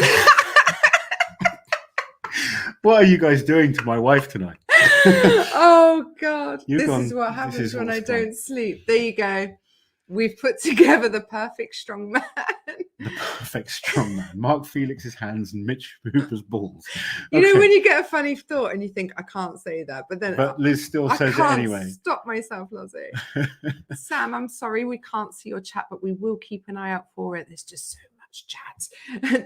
David Smith, thank you for the super chat. Love the great content. Oh, bless you. Thank you, David. Thank you, David. Right. Click the like. Yes, We've thank got you. another one that we can't see, but thank you for your support. British Strongman Coaching. Thank you so much for your super chat. We will look out to see if your comment is in the below section. Craig, thank you. No question, just a thanks for the stream. Best spreadsheet live stream on the net. Thank you so much. Who thought those would even be a thing? But here we are. Thank you for all these super chats, that becoming members, sharing, liking. It allows Liz to do more shopping. So no. I tell you, it allows us to make more content, Lozzie. It does. Well, we make a lot of content now. It's great. Yes. And like we can go to more of these other comps, the lighter weight comps, the disabled side of comps. It's World's Strongest Man is the busiest time, obviously. So it's so cool seeing you guys, and hopefully through our channel you start seeing the likes of Rhiannon Lovelace, Chloe, Andrea Thompson, Enes Carrasquito. There's so many great athletes out there. And if you're a bit frustrated that it's only the super chats we're concentrating on, come and join us on a live away from the world. Most Sunday nights we do a live. You are always welcome to join us. Yes, and you're much more likely to be. It's calmer. It's definitely calmer. Dylan, thank you for the super chat. Out of all the upcoming stone-offs, which is the hardest to predict? This is going to be so exciting. I can't contain myself. I think Group 5 is hard to predict. I think Group 1 and Group 5 were the hardest two to predict. Yeah, I kind of went for the safe picks of saying the leader would go through, as did you. Yeah. But, it didn't work out that way. No. And so I was wrong on the Group 1 predictions. Both of us were wrong. We got the winner right. Yeah. With Tom. Yeah. But we were both wrong on second place. There you go. Gabriel Real. Doesn't often happen that we're both wrong. No, sure, at least one of us will go. Tammy, thank you for the super chat. Uncle Loz, I want to surprise my husband with a log. Which 12-inch log would you prefer? A Slater Pro Series 6 foot long or a Mike Bartos 12-inch steel log? I hate to say this because I don't know the Mike Bartos log, but you cannot go wrong with a Slater log. Steve Slater's equipment is just phenomenal. Chef's kiss, isn't it? Yeah, like I don't know about Mike's logs, but I know Steve's equipment is just top notch. So yeah, I would be picking the Slater log for sure. Irene, thank you, Irene. I'm a runner/climber with no lifting background, but I love strongman so much. Thank you for making me feel welcome in this amazing community. Thank you, are Irene. Very welcome, Irene. And at least you're more active than Auntie Liz. That's not hard. And thank you to all of you who, for the large part of it, you're nice to each other in the comments because, we have a friendly bunch here. For the most part, yeah, it is very friendly. But then you'll always get some psycho coming on, won't you? And the sex bots, obviously. Oh, don't tempt them. Don't tempt them. They're probably already here, Lozzie. I'm just so far behind. Monica is just a star, isn't she? Yes, bless her. Monica's there on the ground and also on our live stream. Oh dear. Oh no! Look, I've lost my place. You lost your place. It's all right. I know I am. So next up we have Maxime. We've got Trey and Bish next. This could be a battle. I think Trey's a great stone lifter, but it could be a battle. Bobby is going to be absolutely devastated. Oh yeah, devastated. He is. Like mentally broken right in this moment. I think knowing Bobby, I feel bad for him. Yeah, I'm going to message him in a minute. Silver, thank you for the super chat. Always enjoy the show. Do you think Kaz would have the most titles had he not been banned from World's Strongest Man? He won 3 in a row. He could have definitely won a couple more. Definitely. Yeah, he was starting to get a little bit more injury prone, but by the time they let him back, he wasn't the athlete that he had been. But there's a good chance Kaz went on to win 5 or 6. It's hard to say because you can never say without them being in the show, but the fact that they didn't let him compete, it's always going to be a what if. Yeah. Aaron, thank you for the super chat. Loz, I met you at Tattooed and Strong and was super awkward when I met you. Also, who would you say is the next multiple World's Strongest Man winner? Whoever wins this competition. Yeah, I think personally, I think the real three guys you got to look at are Tom, Lysis, and Alexei Novikov. Yeah, I think one of those three will win. That's my prediction. I think you've gone for the same. Yeah, I think so. JF Corona said the same, and I'm sure a number of you guys think the same as well. I personally, looking at the events and seeing how everyone's performing so far, I think Tom Stoltman on paper has the best events. Lysis is the most renowned for winning. Yeah. And I think Lysis could put that pressure on Tom. But I think if Tom just performs at his top and doesn't let the pressure get to him, I think Tom wins. Yeah. John said, is Luke Richardson one of those here today, gone tomorrow guys? No, I don't believe he is. Luke Richardson, very, very young still, really passionate about strongman. There's a lot of guys that just want fame. So they think because strongman of people like Eddie and Thor have made it look a bit more glamorous than it used to. There's people sort of get into it. They think they can just kind of go down that route and be in and out real quickly. I think Luke Richardson is a strongman for life. Yeah, I think so too. He loves the sport. He's been a fan of the sport for so long. He's been around. He's been backstage at Giants Live for years. Part of the crew. He was an incredible power lifter, but powerlifting was always his stepping stone into strongman. And I think we're going to see him for many years. He just needs to be sensible. That's the only thing, don't rush things. He's so talented. He just needs to keep progressing each year. Okay. Sam, thank you for the super chat. Sam, now Loz is out of the room. That's how behind we are. Do you prefer him lean at the moment or chunky? And can Adam win the stone off? I think Adam's really going to struggle against Trey. I like Loz both ways, but I guess to an extent, I prefer him lean because he's more confident and happy in himself. And a happy Lozzie means a happy Lizzie too. There we go. Yeah. Did I get it right? There's no wrong or right answer. I know. I just like to take the piss. Yeah. Uncle Loz off. Look at this one. Look at this one. Hold Show on. this one. Liz says she prefers Eddie while you were gone. I know that's a lie. Uncle Loz for a pre-show protein shake. That's where you there went. We go. You left me. Yeah. Can't believe it. Go get the food in. Liz swearing is funny. I never swear. Liz swearing is hilarious. I caught it from Rauno. One win. We were with him for an extended period of time in Dubai. We did start for the weeks when we got home. We realized we were swearing a lot, didn't we? We were. We're like, why are we swearing so much? It rubbed off on us. Kyle, thank you for the super chat. Loz and Liz, so good to hear y'all so often these days. What is the most recent World's Strongest Man competition where you genuinely believe you would have won? Ooh, when was the last time you felt you could really win? I genuinely believed I could have won in 2012. The year you didn't go. Yeah. The whole year I was just getting better. I was podiuming on almost every international that I did. I felt confident, and I was just kind of on the up at that point. So there was no understanding of going backwards. It was like young and, I guess clueless to the kind of negative sides of training and injury and stuff like that. I've had a few times where the events in the finals were really good for me, but I didn't make the final. Yeah. That's happened a number of times. And that's when I say, World's Strongest Man is two separate competitions. 2016 and 2017, I was doing pretty well. I think 16, when I won Europe, so I won the World Ultimate Strongman World Championships, where I beat a lot of, World's Strongest Man winners in that comp.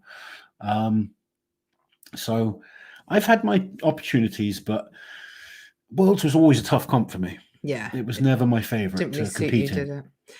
Dustin, thank you for the super chat. How many World's Strongest Man titles would Brian have to win before Loz would say Brian is the GOAT? Is that Loz or Liz? It's not just about what World's Strongest Man for me. You've got to remember, I am some of the people watching this will be World's Strongest Man fans. Yeah. I am a strongman fan. Yeah. So it's like I can't say just because you win one title the most that you're the best strongman.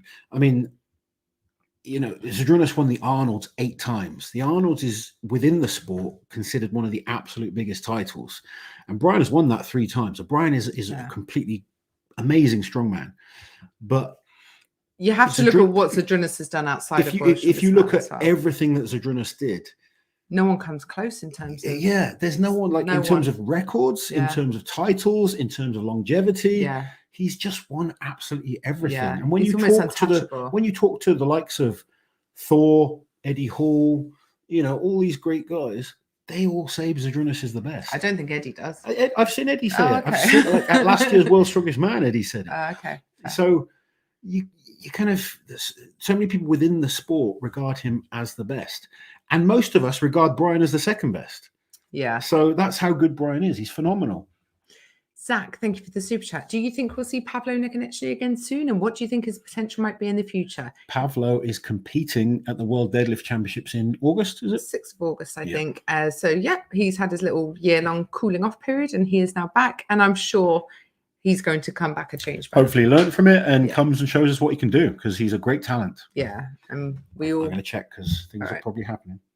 Trey Ambitious starting. Oh, Trey Ambitious starting. Just keep it open, Lozzie. Keep it open.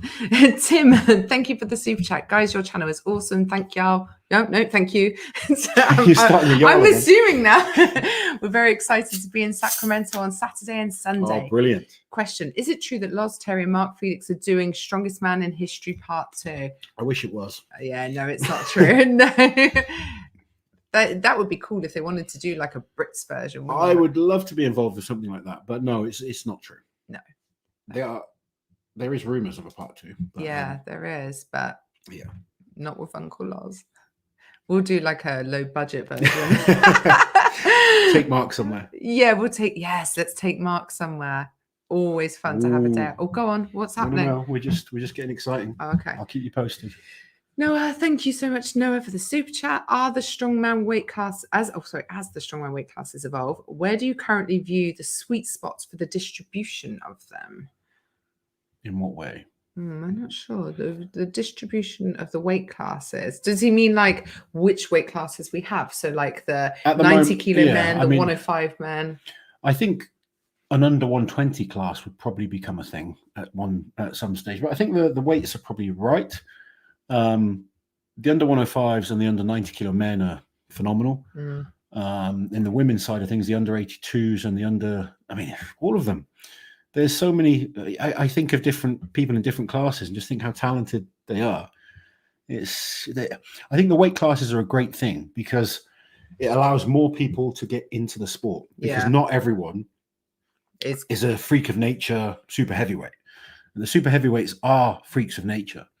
But like an under 105 class allows more of the average person to do it. Yeah. And develop, real good technical skills, speed, endurance. It just, you can be an amazing 90 kilo athlete, but you're never going to compete with a Brian Shaw or a Thor.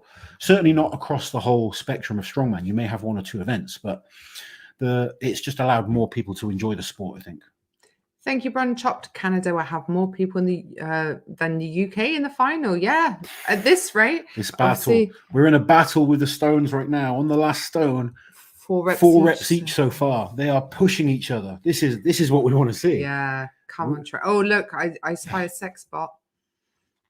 4 reps each. Who's going to take it? From Leroy. Thank you, Leroy. Who do we need to beat up to get a live show in World's Strongest Man? I mean, it's 2022. Come on. Who do we need to beat up, Lozo? I don't know. There's so many factors, and we do go into it a few times in different videos. They're on to the 6th rep. This is a battle. Oh, man. Okay. But yeah, hopefully it's something, we know it's something that they're actively working on improving every year. So fingers crossed. Although, come on, you're going to miss this. There ain't no party like a spreadsheet party, is there, Lazo? Oh, wow. Sounds like this was a hell of a battle between Bish and Trey Mitchell. Trey Mitchell is through to the final. Bish putting up a fight, but he couldn't get the 6th rep over. As that's fair. I think, I think we all. It's been a hard competition. Trey is a great stone lifter as well, but Bish has really come in shape this year. I feel bad for Bish because this Yeah. is probably his best performance in the heats in recent years, and not been able to make it through to the final because his group was hard. That was a hard group. 2 more head-to-heads to go. We've got 2 more places in the final. Oh, it's very exciting. Lozzie, it's horrifying, but I'm going to have to leave you in charge for 1 minute while I pop to the. All right, fine. Read this. Do you want me to read it? And then Jensen. You can just. What if the number of extra stones you need to do as third place equals like the difference in points? I get the upset with the stone off, but in my opinion, it's needed to create an incentive to become first. It keeps things exciting, I guess. That's why they want the stone off. It's to do with TV. It's to do with keeping people's retention. If someone ran away with the group or 2 people ran away with the group, it becomes boring. So I get why they do it. I just don't personally like it coming from like my athlete background. Sex bots arrived. Let me see what we got. So we've got Trey Mitchell into the final. 2 more to go. What have we got here? Spencer Hughes, thank you for your super chat, my friend. Would you guys ever do a raffle for events you'll be at, like lunch with Loz or Liz, or lift with Loz? Yeah, we could definitely do something like that if it's something people are interested in. I mean, we've sorry, I was just reading another comment. Yeah, definitely something we could definitely look at if people are interested in that. We do sometimes do giveaways in terms of t-shirts and some of our merchandise, but more than happy if someone wanted to come and lift with me. The great thing about this community is not all lifters. We've got people that just enjoy strongman for what it is. So maybe lunch would be a better idea. But yeah, we love that you guys are so heavily involved in strongman, and the fact that you've made Liz such a big part of it. It's been so cool for me because she was always behind the scenes, always a big support to me as an athlete. And now when we go out and I see people recognize her, it's quite cool, even though she finds it daunting. I'm the most awkward person when you recognize me. So I'll be like, oh, that's me. Do you want me to? You can take over before I break something. You did it. But I know how to get it back and you don't. There we go. So, Michael, thank you for the super chat. Tom, to repeat the feat this year. Hashtag and still. Oh, yes. It's hard to bet against Tom. I feel like these are tall man events. They're built for a Tom or a Brian, but look, all these B. Brian. What's that? His 14th final in a row? Yeah, it is. Yeah. Every year since 2019. Yeah. He's broken his track record now of winning the group, but how many points? Wow. That is impressive. Yeah. B for butt. We got plenty of Brian Shaw fans in the house. And plenty of butts. Now, do you guys believe that Brian can go on to win? Do you think? It would be a hell of a comeback, wouldn't it? Can you imagine? I think they're all great stories, though. If Brian wins his 5th, that's an amazing story. Amazing. Martins, 2 years out, he comes back. The sports progress, he still wins. Alexei, with everything that he's gone through this year, that would be incredible. Tom, the first repeat winner since Brian Shaw in 2015-16. So many great stories. Mitchell Hooper on his debut at World's Strongest Man. Luke Stoltman taking the title from his brother. They're all great stories. There's so many big stories this year. Sorry, I got a bit carried away. You did. That was I was loving that. It was quite exciting. Quite the outburst. Paul, thank you for the super chat. Thoughts for future World's Strongest Man? Top 2 of each group make the final, and then have a last man standing stone off to get 2 of the third place guys. And also that I would love to see a bigger final personally. Just a little bit bigger. I would as well. Do you know what I mean? 12 to 14, I think would be lovely. I think that would be great because we've just got so many good guys now. We lose really good guys. I think I'd be more supportive of the heats and all that kind of stuff if we knew there were going to be more in the final. Yeah, no, I agree. There's so much talent now. Yeah, and so many miss out. Leighton Baller, thank you for the super chat. Why did World's Strongest Man miss a year in 87? Well, do you know that? I don't know the ins and outs of why they missed it. They did a competition called Pure Strength to replace it. I mean, it wasn't run by the same people, but it had Jeff Capes, Jean-Paul Sigmarsson, and Bill Kazmar in. It was something to do with TWI and all that kind of stuff back then. There was a lot of Maybe split, they things were came back thinking together, of things not doing changed. Yeah. strongman anymore at the time. Maybe the ratings weren't as good as they, I don't know the ins and outs of it. It would be something we'd have to, someone like maybe Colin Bryce would know the answer. Oh, to that. Colin would absolutely. Colin is a strongman historian. He knows everything. Yeah. Lily, thank you for the super chat. Rihanna Lovelace's deadlifts for greatest feet. Yeah. Rhiannon's deadlifts are incredible. She just broke another record last weekend in a powerlifting comp. Yeah. She just continually breaks deadlift records all the time. She is a freak. And she literally, in the best possible way, but she's super strong. And she only decided to do it like on a, off the cuff, like, oh, Lamar Gant's 300 kilo deadlift. That guy's arms were ridiculous. Yeah, I've seen that. Yeah. Yes, on the stage. Yeah. Yeah, he was a hell of a deadlift. Yeah, doesn't seem to be brought up enough. Surely has to be up there with one of the most impressive. Absolutely, unbelievable. Yeah. Like I said, there's just so many. You guys will probably read a few more now, but yeah, so many impressive lifts that have happened over the years. Yeah. Well, man, this thing is challenging me tonight. The chat becomes a bit glitchy. The more, no, that's the one I was clicking on. I was already on that. Sorry. Yeah, don't worry, Matty. Thank you for the super chat. Have you ever beaten Thor? He's clearly taking the piss. This one time at band camp, he jumped off a sofa, Swindon Dad. But obviously before that, you had beaten him a few times, like 2011, 12, that time. Yeah. When I first sort of retired and started doing more commentating and stuff like that, a lot of people that didn't really know me were like, "Oh, have you got a background in media and stuff?" I was like, "No, I was a pretty good strongman once." Yeah. Yeah, it was weird. Some people, like new fans of the sport, just thought you were a commentator. Yeah. Jason, thank you for the super chat. My favorite feat was JF's hammer-tied deadlift record at the first Shore Classic. Cool. Seemed so effortless. He could have kept going. That was such a great battle between him and Jerry Pritchett. Jerry's been in a number of great epic deadlift battles. Remember Jerry's rage when he didn't get it? One thing you guys have to watch is Jerry's son, Bubba Pritchett. He's out there at Worlds at the moment, and he was doing some training on the kit backstage. Really? I was going to say, was he an alternate? give him 10 years. That kid is going to be a beast. Yeah, he's a beast already. He is, but he was about 10, 12, something like that. Yeah, and he's bigger than me. Probably quite a lot bigger than me. Outlift you easily now. Well, he outlifted you when he was like 6. Let's not get carried away, Lozzie. Right, 7. He was a strong kid. We were at World's Strongest Man one year, and he must have been about 3 or 4, and he's jumped into the hot tub. And it was really bloody hot. It was so hot that I was sat on the edge on the outside. Kid's tough. Oh, for goodness sake. Look, it keeps... Right, here we go. There we are.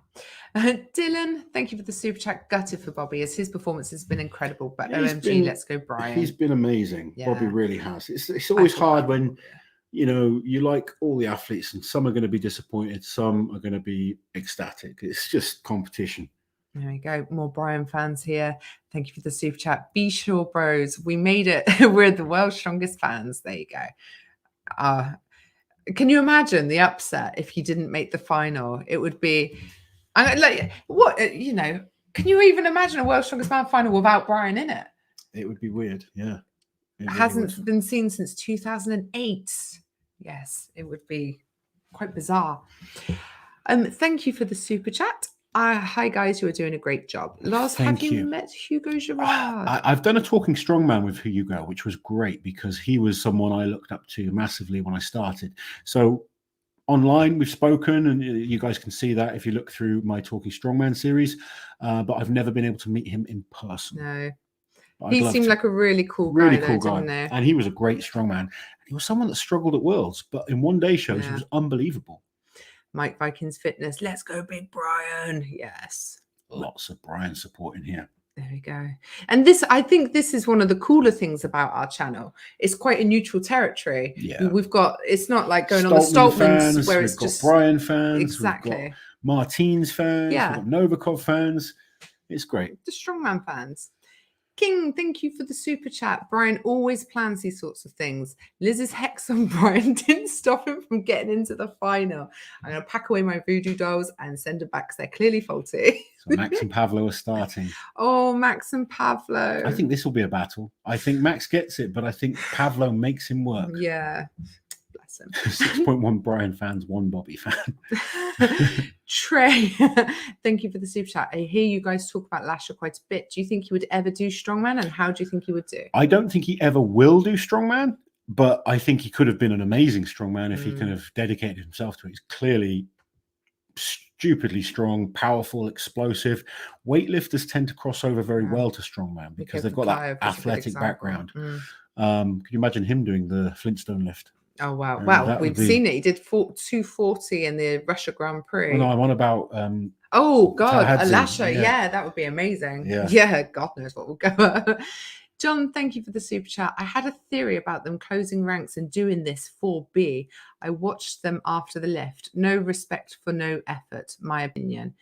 I don't know what that means. No, I'm not quite sure what he's trying to say. I had a theory about them closing ranks. I'm sorry, John. I can't figure that one out. I watched them after the lift. No respect for no effort, my opinion. Does he mean like gifting it to Brian? I certainly don't think that would be the case. Bobby's not someone that's going to roll over for anyone. Yeah. I do know Bobby suffers with bicep issues. And he had like a abductor issue after the log lift. At Europe's Strongest Man. Bobby's not someone that will roll over for anyone, though. No, God, no. Unfortunately, stones are just not a very good event for him. No, never have been. Bron Chop, thank you for the super chat. They no longer have the rule where fourth comes in. No. Are you asking that as a question? That was that was a couple of years back where everyone did the stone off. But no, for the last couple of years, it's just been second versus third. Oh no, I know what he's referring to. In 2019, when Kevin Ferris couldn't pick up the stone, they let the next guy come in. But this is the same situation. And they haven't brought him. Without seeing it, I don't know. So we're kind of speculating at the moment. Although, actually, in that instance, Kevin had to go first and couldn't do it. So whereas this time Brian went first and Bobby couldn't return it. So I understand why fourth didn't come in. Yeah. Okay. We're getting there. That was good thinking there. Oh wow. Racking my brains, Lassie. I feel like I'm waiting to they're on the last stone at the moment. So are they? Yeah. Oh, Pablo versus you talk to Maxime. people, I'm watching your phone. Watching my phone. Text come up. Thomas, thank you for the super chat. Gabe did 6 stones, Kevin did 5. Proud Canadian. Gabe he's done it. What an incredible debut at World's Strongest Man. Because we'd only seen him at the Shore Classic, but he got a really late call up and it was a tough competition. So far, they are on a battle on this last stone. 4 reps each so far. On the 200 and whatever kilo stone? Kilos. It's 200 the last stone, 440 pounds. Oh my goodness. Chris, thank you for the super chat. I'm so happy for Brian. Gutted for Bobby, but unfortunately, you need to be strong overall to win World's Strongest Man. It's true. So Brian, the dream is still alive. Yeah, it is true. I don't think that there should be so much emphasis on Atlas Stones, but you do have to be good at Atlas Stones if you want to be the World's Strongest Man, I guess. Begrudgingly. Waiting patiently. Loz, what are your beard maintenance tips?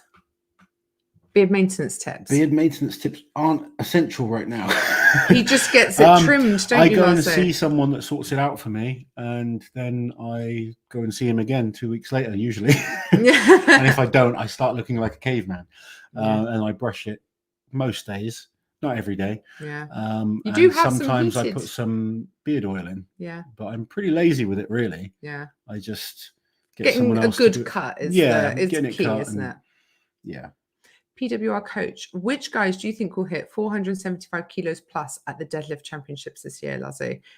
Mitch and Bish have got to be up there. Looks like a great battle, but Max has gone through. Yeah, as expected. We thought Pavlo would put up a fight. Sorry for ignoring that last question a bit about the beard, but I was just distracted by what was going on. Yeah, because it looked like Pavlo was making Maxime really work, which we expected, but Maxime is a tremendous deadlifter. Tremendous stone lifter. Yeah. So we've got 3 Canadians in the final of World's Strongest Man. That's incredible. Who do you think is going to lift 475 plus at the Deadlift World Championships this year? Ooh. I think Mitchell Hooper. Mitch Hooper is definitely going to be a contender. Possibly Pablo Nekonechny. Possibly. It depends what jumps they make as well. Mm. Who won last year? Even Makarov. Did 475. Yeah. So he's definitely got a chance. But the problem, Bish maybe. Browno. Rauno needs to stop doing silly stuff. If Rauno trains properly and turns up in shape, he could lift 475, definitely. Yeah. The issue becomes: do the guys go for 475 or do they try the 505? Yeah. What are the weight jumps in the first place? But we will. Right now, my focus has been on how people are training for Worlds. When it gets close to that, I'll start looking at how their training is going. Maybe Payman. Payman Mahedapur. Yeah. It's going to be good to see him. Right. So we've probably got a little wait now until we've got one more battle to go. Group 5. What do you think of how Martins' return to strongman? It's like he never left. Thanks for the strongman. His return has been incredible. Yeah. You know, the Rogue Invitational and the Arnolds. He's only won 2 events out of both those competitions. So it's not like he's dominating the show. He's so consistent. But he never drops points. No. That's what's so impressive about him. And I think it'll be the same in the final this year. I don't think he's going to win all that many events. You know, Tom could win a lot of events. Novikov could win events. Brian Shaw can win events. But they can all drop big points I think he'll just be steady. Top 5s on everything. Top 4s, top 3s. And then by the time it comes to the stones, he's there and thereabouts. Joe, thank you for the super chat. 2 questions. Why do you think World's Strongest Man isn't as big in the US? I guess you mean strongman as a whole. And how do you suggest dealing with anxiety as a new older lifter? I think strongman is really popular in the USA. I think it's harder in the USA though, because it's such a huge country. Like in the UK, we don't have to travel far to go to a big strongman competition here. It's much more accessible. I think we're very lucky with Giants Live over here. It's become really big. And like Liz says, most people, if they want to come watch a Giants Live in the UK, the maximum amount they've got to drive is probably 6 hours. We even have people from Europe, like Sweden and places like that, flying America over for the weekend. America is a huge country. And you've got so many other big sports out there. You know, there's American football, basketball, baseball, whatever. You know, there's loads of things that people are into. And strongman's just it's not got as many big competitions. It's still more of a niche type sport. It is in the UK as well, but I think we get good coverage now on TV. I think people like Eddie have really made it popular. Yeah. What about the second question? How do you suggest dealing with anxiety as a new older lifter? Anxiety is a really tough thing. I think we all suffer with it. The most important thing is to just enjoy what you're doing, you know, and understand that. One thing I try and do is remember that there's always someone worse off than me. Yeah. So, and a lot of people feel the same way as well. Like a lot of people are insecure in the gym, even if they don't look it. Yeah. They're usually so worried about themselves. They're most not paying people, attention. I mean, I've learned this as well from coaching as well, that most of us are the same, especially in the fitness industry. We're all quite insecure. We all do it because we're trying to better ourselves in some way, cope with some kind of mental issues that we might have. And I put myself into that category. I'm I've suffered with depression before, anxiety. And as I've got older, I've realized, well, you know, most of us are all the same. We're all kind of a little bit insecure in ourselves. And I kind of realized, okay, well, if I am and they are, then maybe I shouldn't be too worried about competing and doing these, you know, going to the gym, trying things. I think a lot of the time we all think people are watching us. Yeah, and they're not, are they? But most people are so obsessed with their own goings on that they don't even notice what you're doing. And you've just got to roll with it, you know, do what makes you happy. And, you know, as long as you're not hurting anyone, enjoy your life. Dan Thomas, thank you for the super chat. Poundstone lifting the Sears Stone to beat Big Z at Fortissimus is right up there. That was a great for your strength. Yeah. Absolutely. Yeah, just figuring it out right at the end. And yeah, that was impressive. Beesmez, I don't know what I'm saying now. Thank you for the super chat. Just saw the video. Bobby never got off the ground. Yeah, I'm wondering if that's that injury, because it's all those sort of same muscle groups, isn't it, or whatever it was that he injured. I think if he's not got it off the ground, it's going to be more to do with a bicep or tacky, because the first stone isn't so heavy. No, yeah, but I don't want to, you know. It's one of those things that we could guess, but we're just guessing. Yeah, bless him.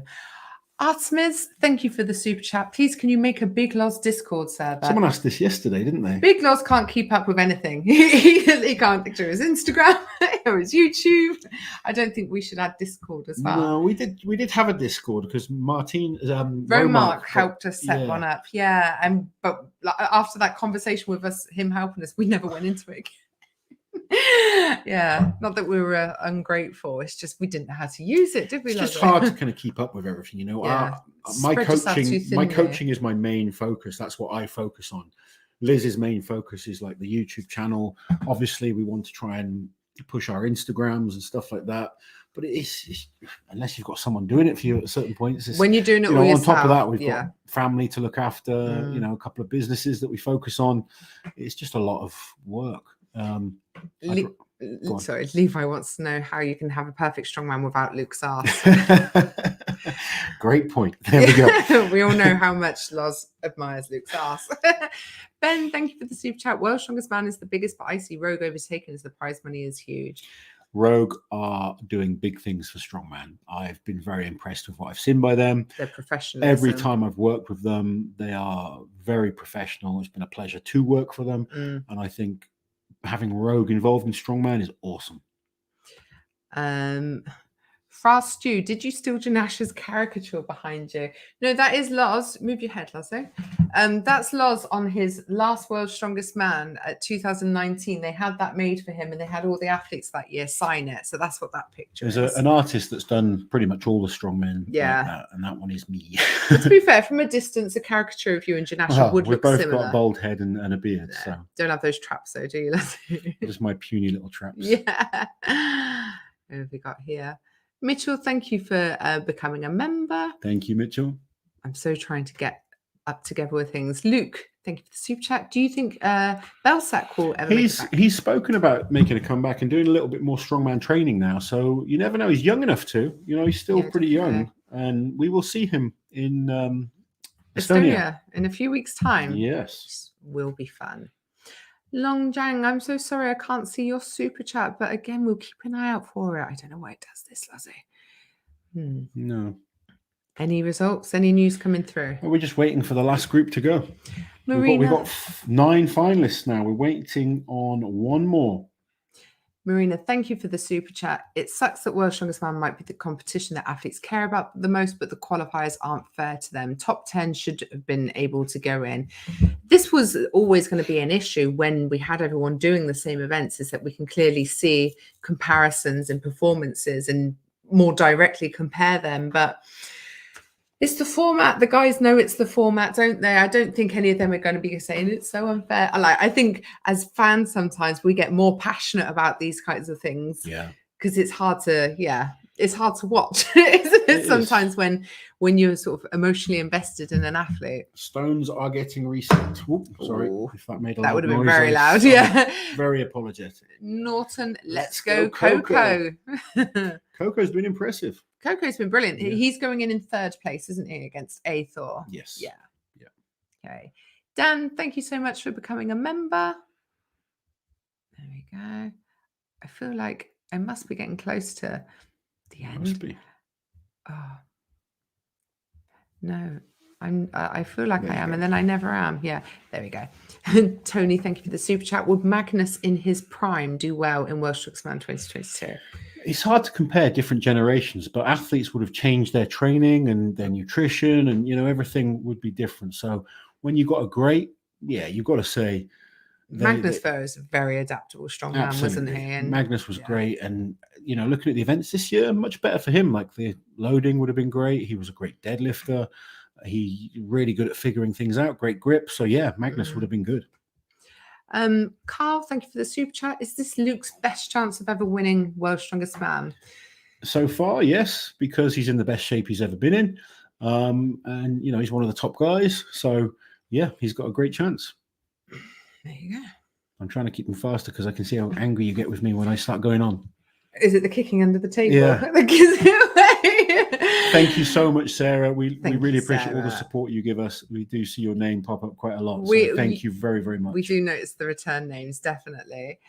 Ellie, thank you for the super chat. How do you think Lewis Sear would do in modern strongman? Almost all of his records are unbroken today. 4,000-pound backlift, 188-pound one-hand snatch, 273-pound dumbbell. Louis Sear was a legend, one of the pioneers of strength. So it's so hard to compare different generations, but in his time, just incredible. I'd love to see the modern guys do a backlift. I keep saying that. But yeah, Louis Cyr was amazing. Okay. As was Paul Anderson. A lot of people don't know Paul. Paul Anderson was an incredible strongman. Josh, thank you, Josh. Who do you think is statically the strongest ever? Maybe Paul Anderson. In modern sport of strongman, I would say it depends how you class, like how you kind of rate strength. Because some people will say the biggest bencher, some people say the biggest deadlifter, and they're all different. There's no one that's the best at everything. But guys like Eddie Hall are going to be in that conversation. Zydrunas Viscus. Even Thor, by the end of his career, he wasn't so much early on, but he's developed that static strength over time. And then you've got powerlifters like Julius Maddox on the bench press, Dan Bell across everything. You know, there's deadlifters that are just phenomenally strong. Tallahassee in Olympic lifting movements. There's so many different types of strength. Yeah, it's hard to just pinpoint it. It's why I love strongman, is because strongman, you're like the decathlon of strength. You've got to be good at so many things. You've got to have fitness. You've got to have static strength. You've got to have conditioning. Strength, you've got to have endurance, speed. You know, explosive power. It tests a lot more elements, and that's why I find it so interesting. But there's so many incredible athletes out there. Jargon, and thank you for the super chat. Do you think Brian's World's Strongest Man performance suffers from him not doing more competitions throughout the year? Less mental edge, too familiar with training, etc. It's a good question. I mean, it's a theory that's worth looking into, because he used to compete more than he does now. I don't really think it affects Brian. He's got so much experience, but it's certainly worth looking into. Yeah. A timely reminder from Erin to friendly reminder even to like the video. 5.6 thousand watching. Thank you. I think people are starting to go to bed now. Well, we're waiting for one more result. Result. It's already started, so we will have it very, very soon. Let's see if we can quickly mop up these last super chats so we can all go to bed afterwards. Marcus, thank you. You guys make such great strongman content. My favorite is Tom Stoltman. My weird question would be if Liz is ticklish. I am very ticklish. Like, I will be violent if someone tries to tickle me. Yes, she's very ticklish. Very. I had a bad experience. But I can't tickle her because she does freak out. My knee-jerk reaction, I would punch him in the face if I had to, if he tried. I couldn't. I can't. I hate being tickled. Yeah. No, you were there. There we go. I'll say. Ian, thank you for becoming a channel member. Now I'm on edge. I promise I won't tickle you. Okay. Maya, thank you for the super chat. 30-man comp totaling the points per group. Most dominant group is group 3. Then group 2, group 4, group 1, and the weakest is group 5. Interesting. Range 542 to 385.5. That's interesting. Group 3 we kind of, on paper, we thought group 2, 3, and 4 were the hardest. Yeah, I've been following the stats on, when we're not filming and editing, I've been following the stats on Reddit, and there is some really interesting information to come out of all this. And I think we're going to maybe do a video tomorrow looking into all of that a bit deeper. So Athor is our last athlete into the final. Okay. Yeah. He's beaten Coco. Oh, it's a shame for Coco. Yeah. Coco could have been the first Frenchman ever to get to the final, but Athor reaches his second World's Strongest Man final. Congratulations to him. We've got our 10 finalists. We've got the 10 finalists. Right. Please do not send any more super chats, because you know us. We'll be back. We're going to do one tomorrow night. Just talk to people. Should be a bit quieter, I think, and we'll hopefully get through. Let's quickly mop up the ones that are here. Super Rick Rock, best training lift you've ever done, whether recorded or not. I've lifted 235 kilos in each hand on a farmer's walk. One of my most impressive training lifts, I believe, was my 252 kilo safety bar squat for 20 reps. It's 550 pounds for 20 reps squat. That was tough. And we do have a video of that on the channel if you want to search for it. It's pretty I've done some big lifts in the gym, but most of my real big lifts are in competition. My 435 kilo deadlift is one of my best lifts. I was probably good for 1,000 pounds that day. Unfortunately, tore my lat. My 580 kilo yoke at Wuss, that was good. This is supposed to be training lifts, Lazo. Yeah, I know, but I'm just saying most of my best lifts are in competition rather than in the gym. But yeah, that squat was epic. That was epic. Julia, thank you for the super chat. My husband shaved off his beard yesterday to be more like Mitch Hooper. Wish him the best in the final. Look, Mitch Hooper, the style icon. Who knew? Who knew? He's become an influencer overnight. Are you going to shave off your beard to be more like Mitch? Do you know what? I'd be worried that you'd be really pale under the I probably would be, the face is tan. Because you're quite tanned right now, aren't you? I know. There you go. Can you do a recap? Only just got in. You want a recap of this 2-hour-long stream? So, quick recap in terms of the just say who got through. So, Group 1, we had Kevin Ferris. Kevin Ferris versus Gabriel Rayam, and Gabriel Rayam, who was in 3rd place, gets through to the final. He beat, first person ever to do that. He was the first person ever to do it. The second person ever to do it was Brian Shaw. Brian Shaw lifted the very first stone, and Bobby couldn't return it. So that's clearly something up with Bobby on that one. But we'd all expect Brian to win that anyway. Trey Mitchell versus Adam Bishop was a real battle, with Trey Mitchell coming out on top and progressing to the final, as was Maxime versus Pavlo. Another battle there. Yeah. But Maxime, a superior stone lifter, one of the best we've seen. And he had the advantage going in also. Yep. And then finally, Athor beat Coco in group number 5. So Graham, Brian Shaw, Trey Mitchell, Maxime, and Athor join Novikov, Tom Stoltman, Luke Stoltman, Martins Lisis, and Mitch Hooper in the final. There you go. Martin, thank you for the super chat. Hello, I'm watching Ozark while following the spreadsheet on our strongman, but wanted to drop in and show support for the stream. Keep up the good work, you lovely people are. Thank you so much, Martin. We do appreciate it. S. George, would you two agree that World's Strongest Man is a bunch of oversized 8-year-olds? They love food, moving heavy items, taking naps, especially the Stoltman brothers. I can assure you they are a bunch of oversized 8-year-olds. Yes. I don't know what you're talking about. They're emotional too. Big babies. Probably a good way of describing us. Yeah. It's like having massive children. Yeah. Oh. There you go. No, that wasn't it. There we go. What do you think the deadlift world record would be in 10 years, Lotto? Thank you, John.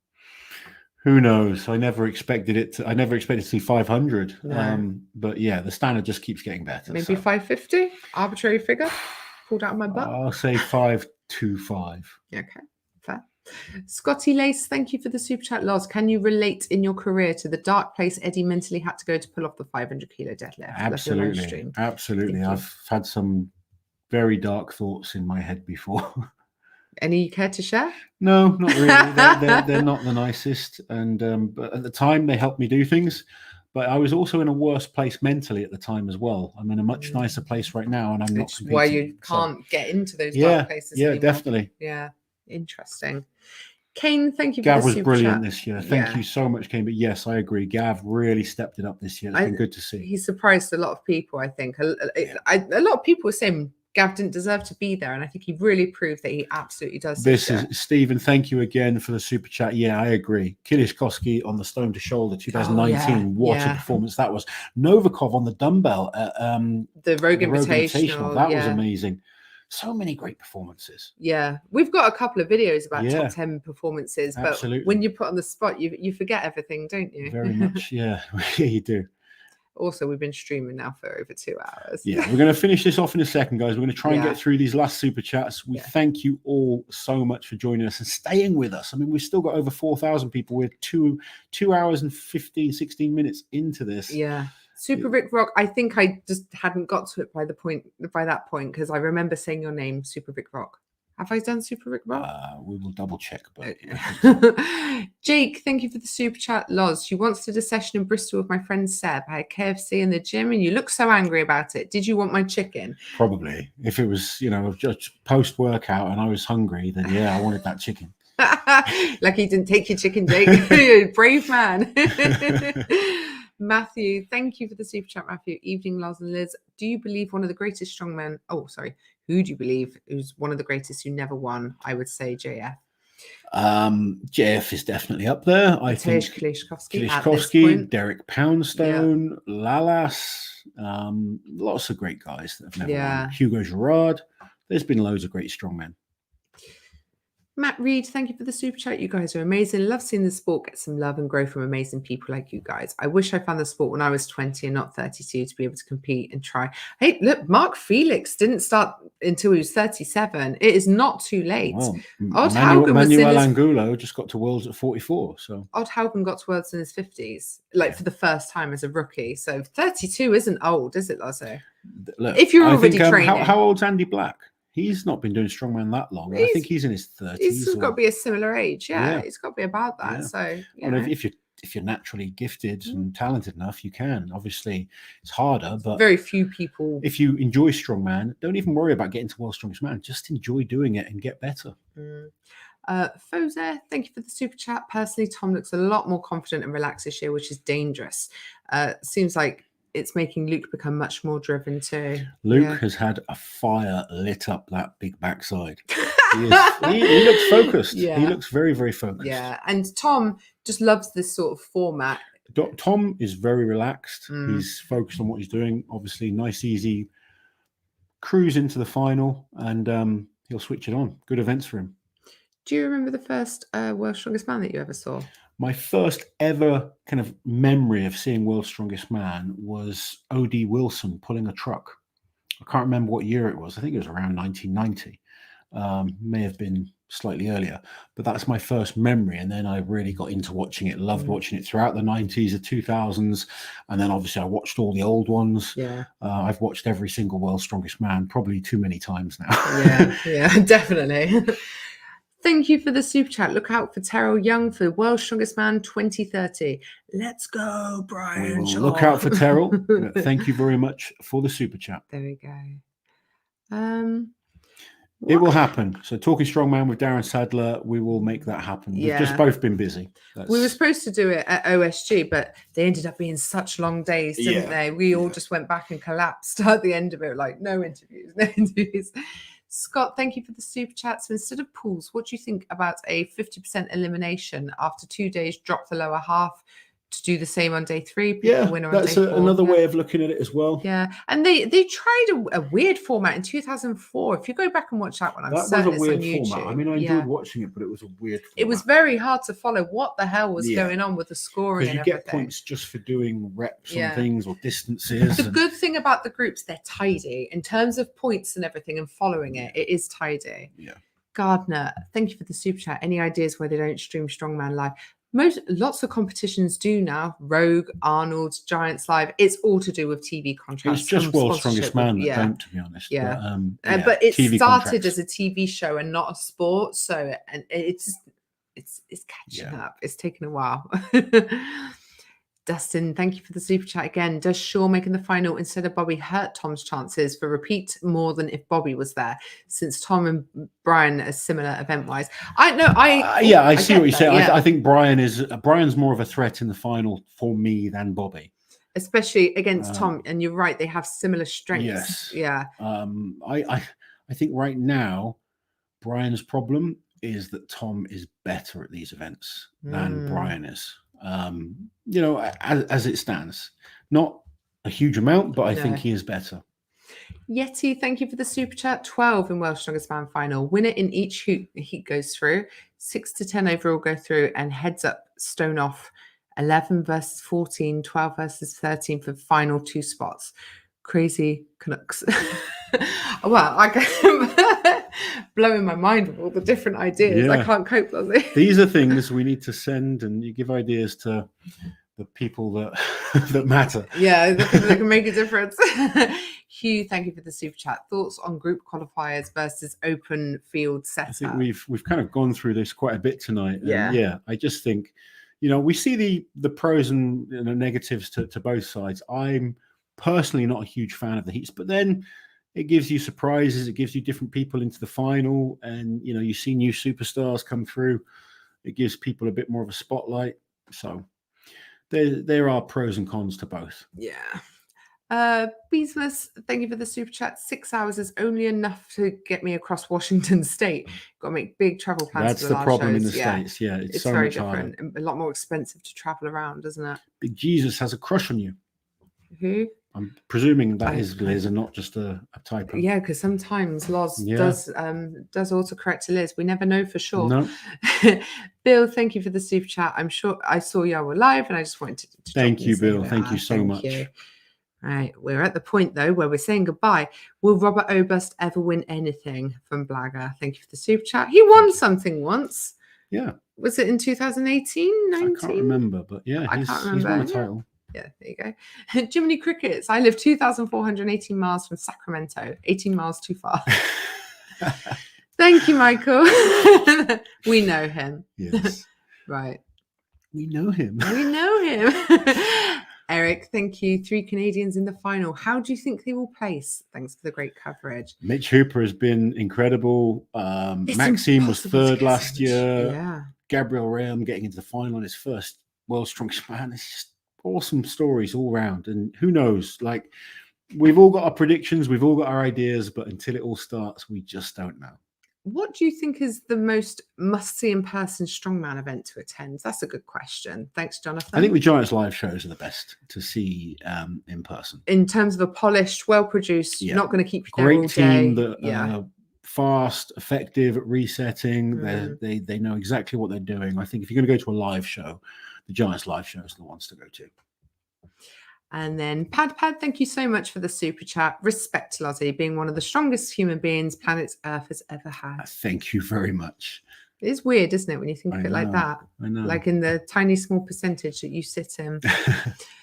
Oh dear. Right. Nearly there. Come on. Quick fire round. Quick fire round then. Jukester, thank you. Is there a strongman union to ensure that they get reward and conditions? But it is something people are talking about now, and maybe it's something that will happen in the future. Liam, thank you for becoming a member. Thank you to everyone that's become a member tonight. We do appreciate it, guys. TJ Crafty, thank you for the super chat. I'm not too sure about Brian anymore, but I pray to God that he wins. I think there's a small chance now. It gets harder every year. Yeah. He came second last year. Brian is incredible. Like I feel bad that I have to say this so many times, but Brian's one of the best strongmen we've ever seen.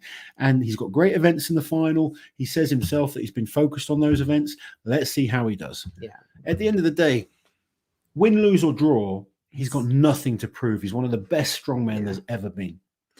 Grady, thank you, Grady. If Eddie didn't retire, how do you think he would fare in this World's Strongest Man? I think he would struggle more in this World's Strongest Man. I think the events so too. that kind of have been out there. But Eddie's a very determined man, and he adapts his training for what he needs to do. He's done everything he wanted to do.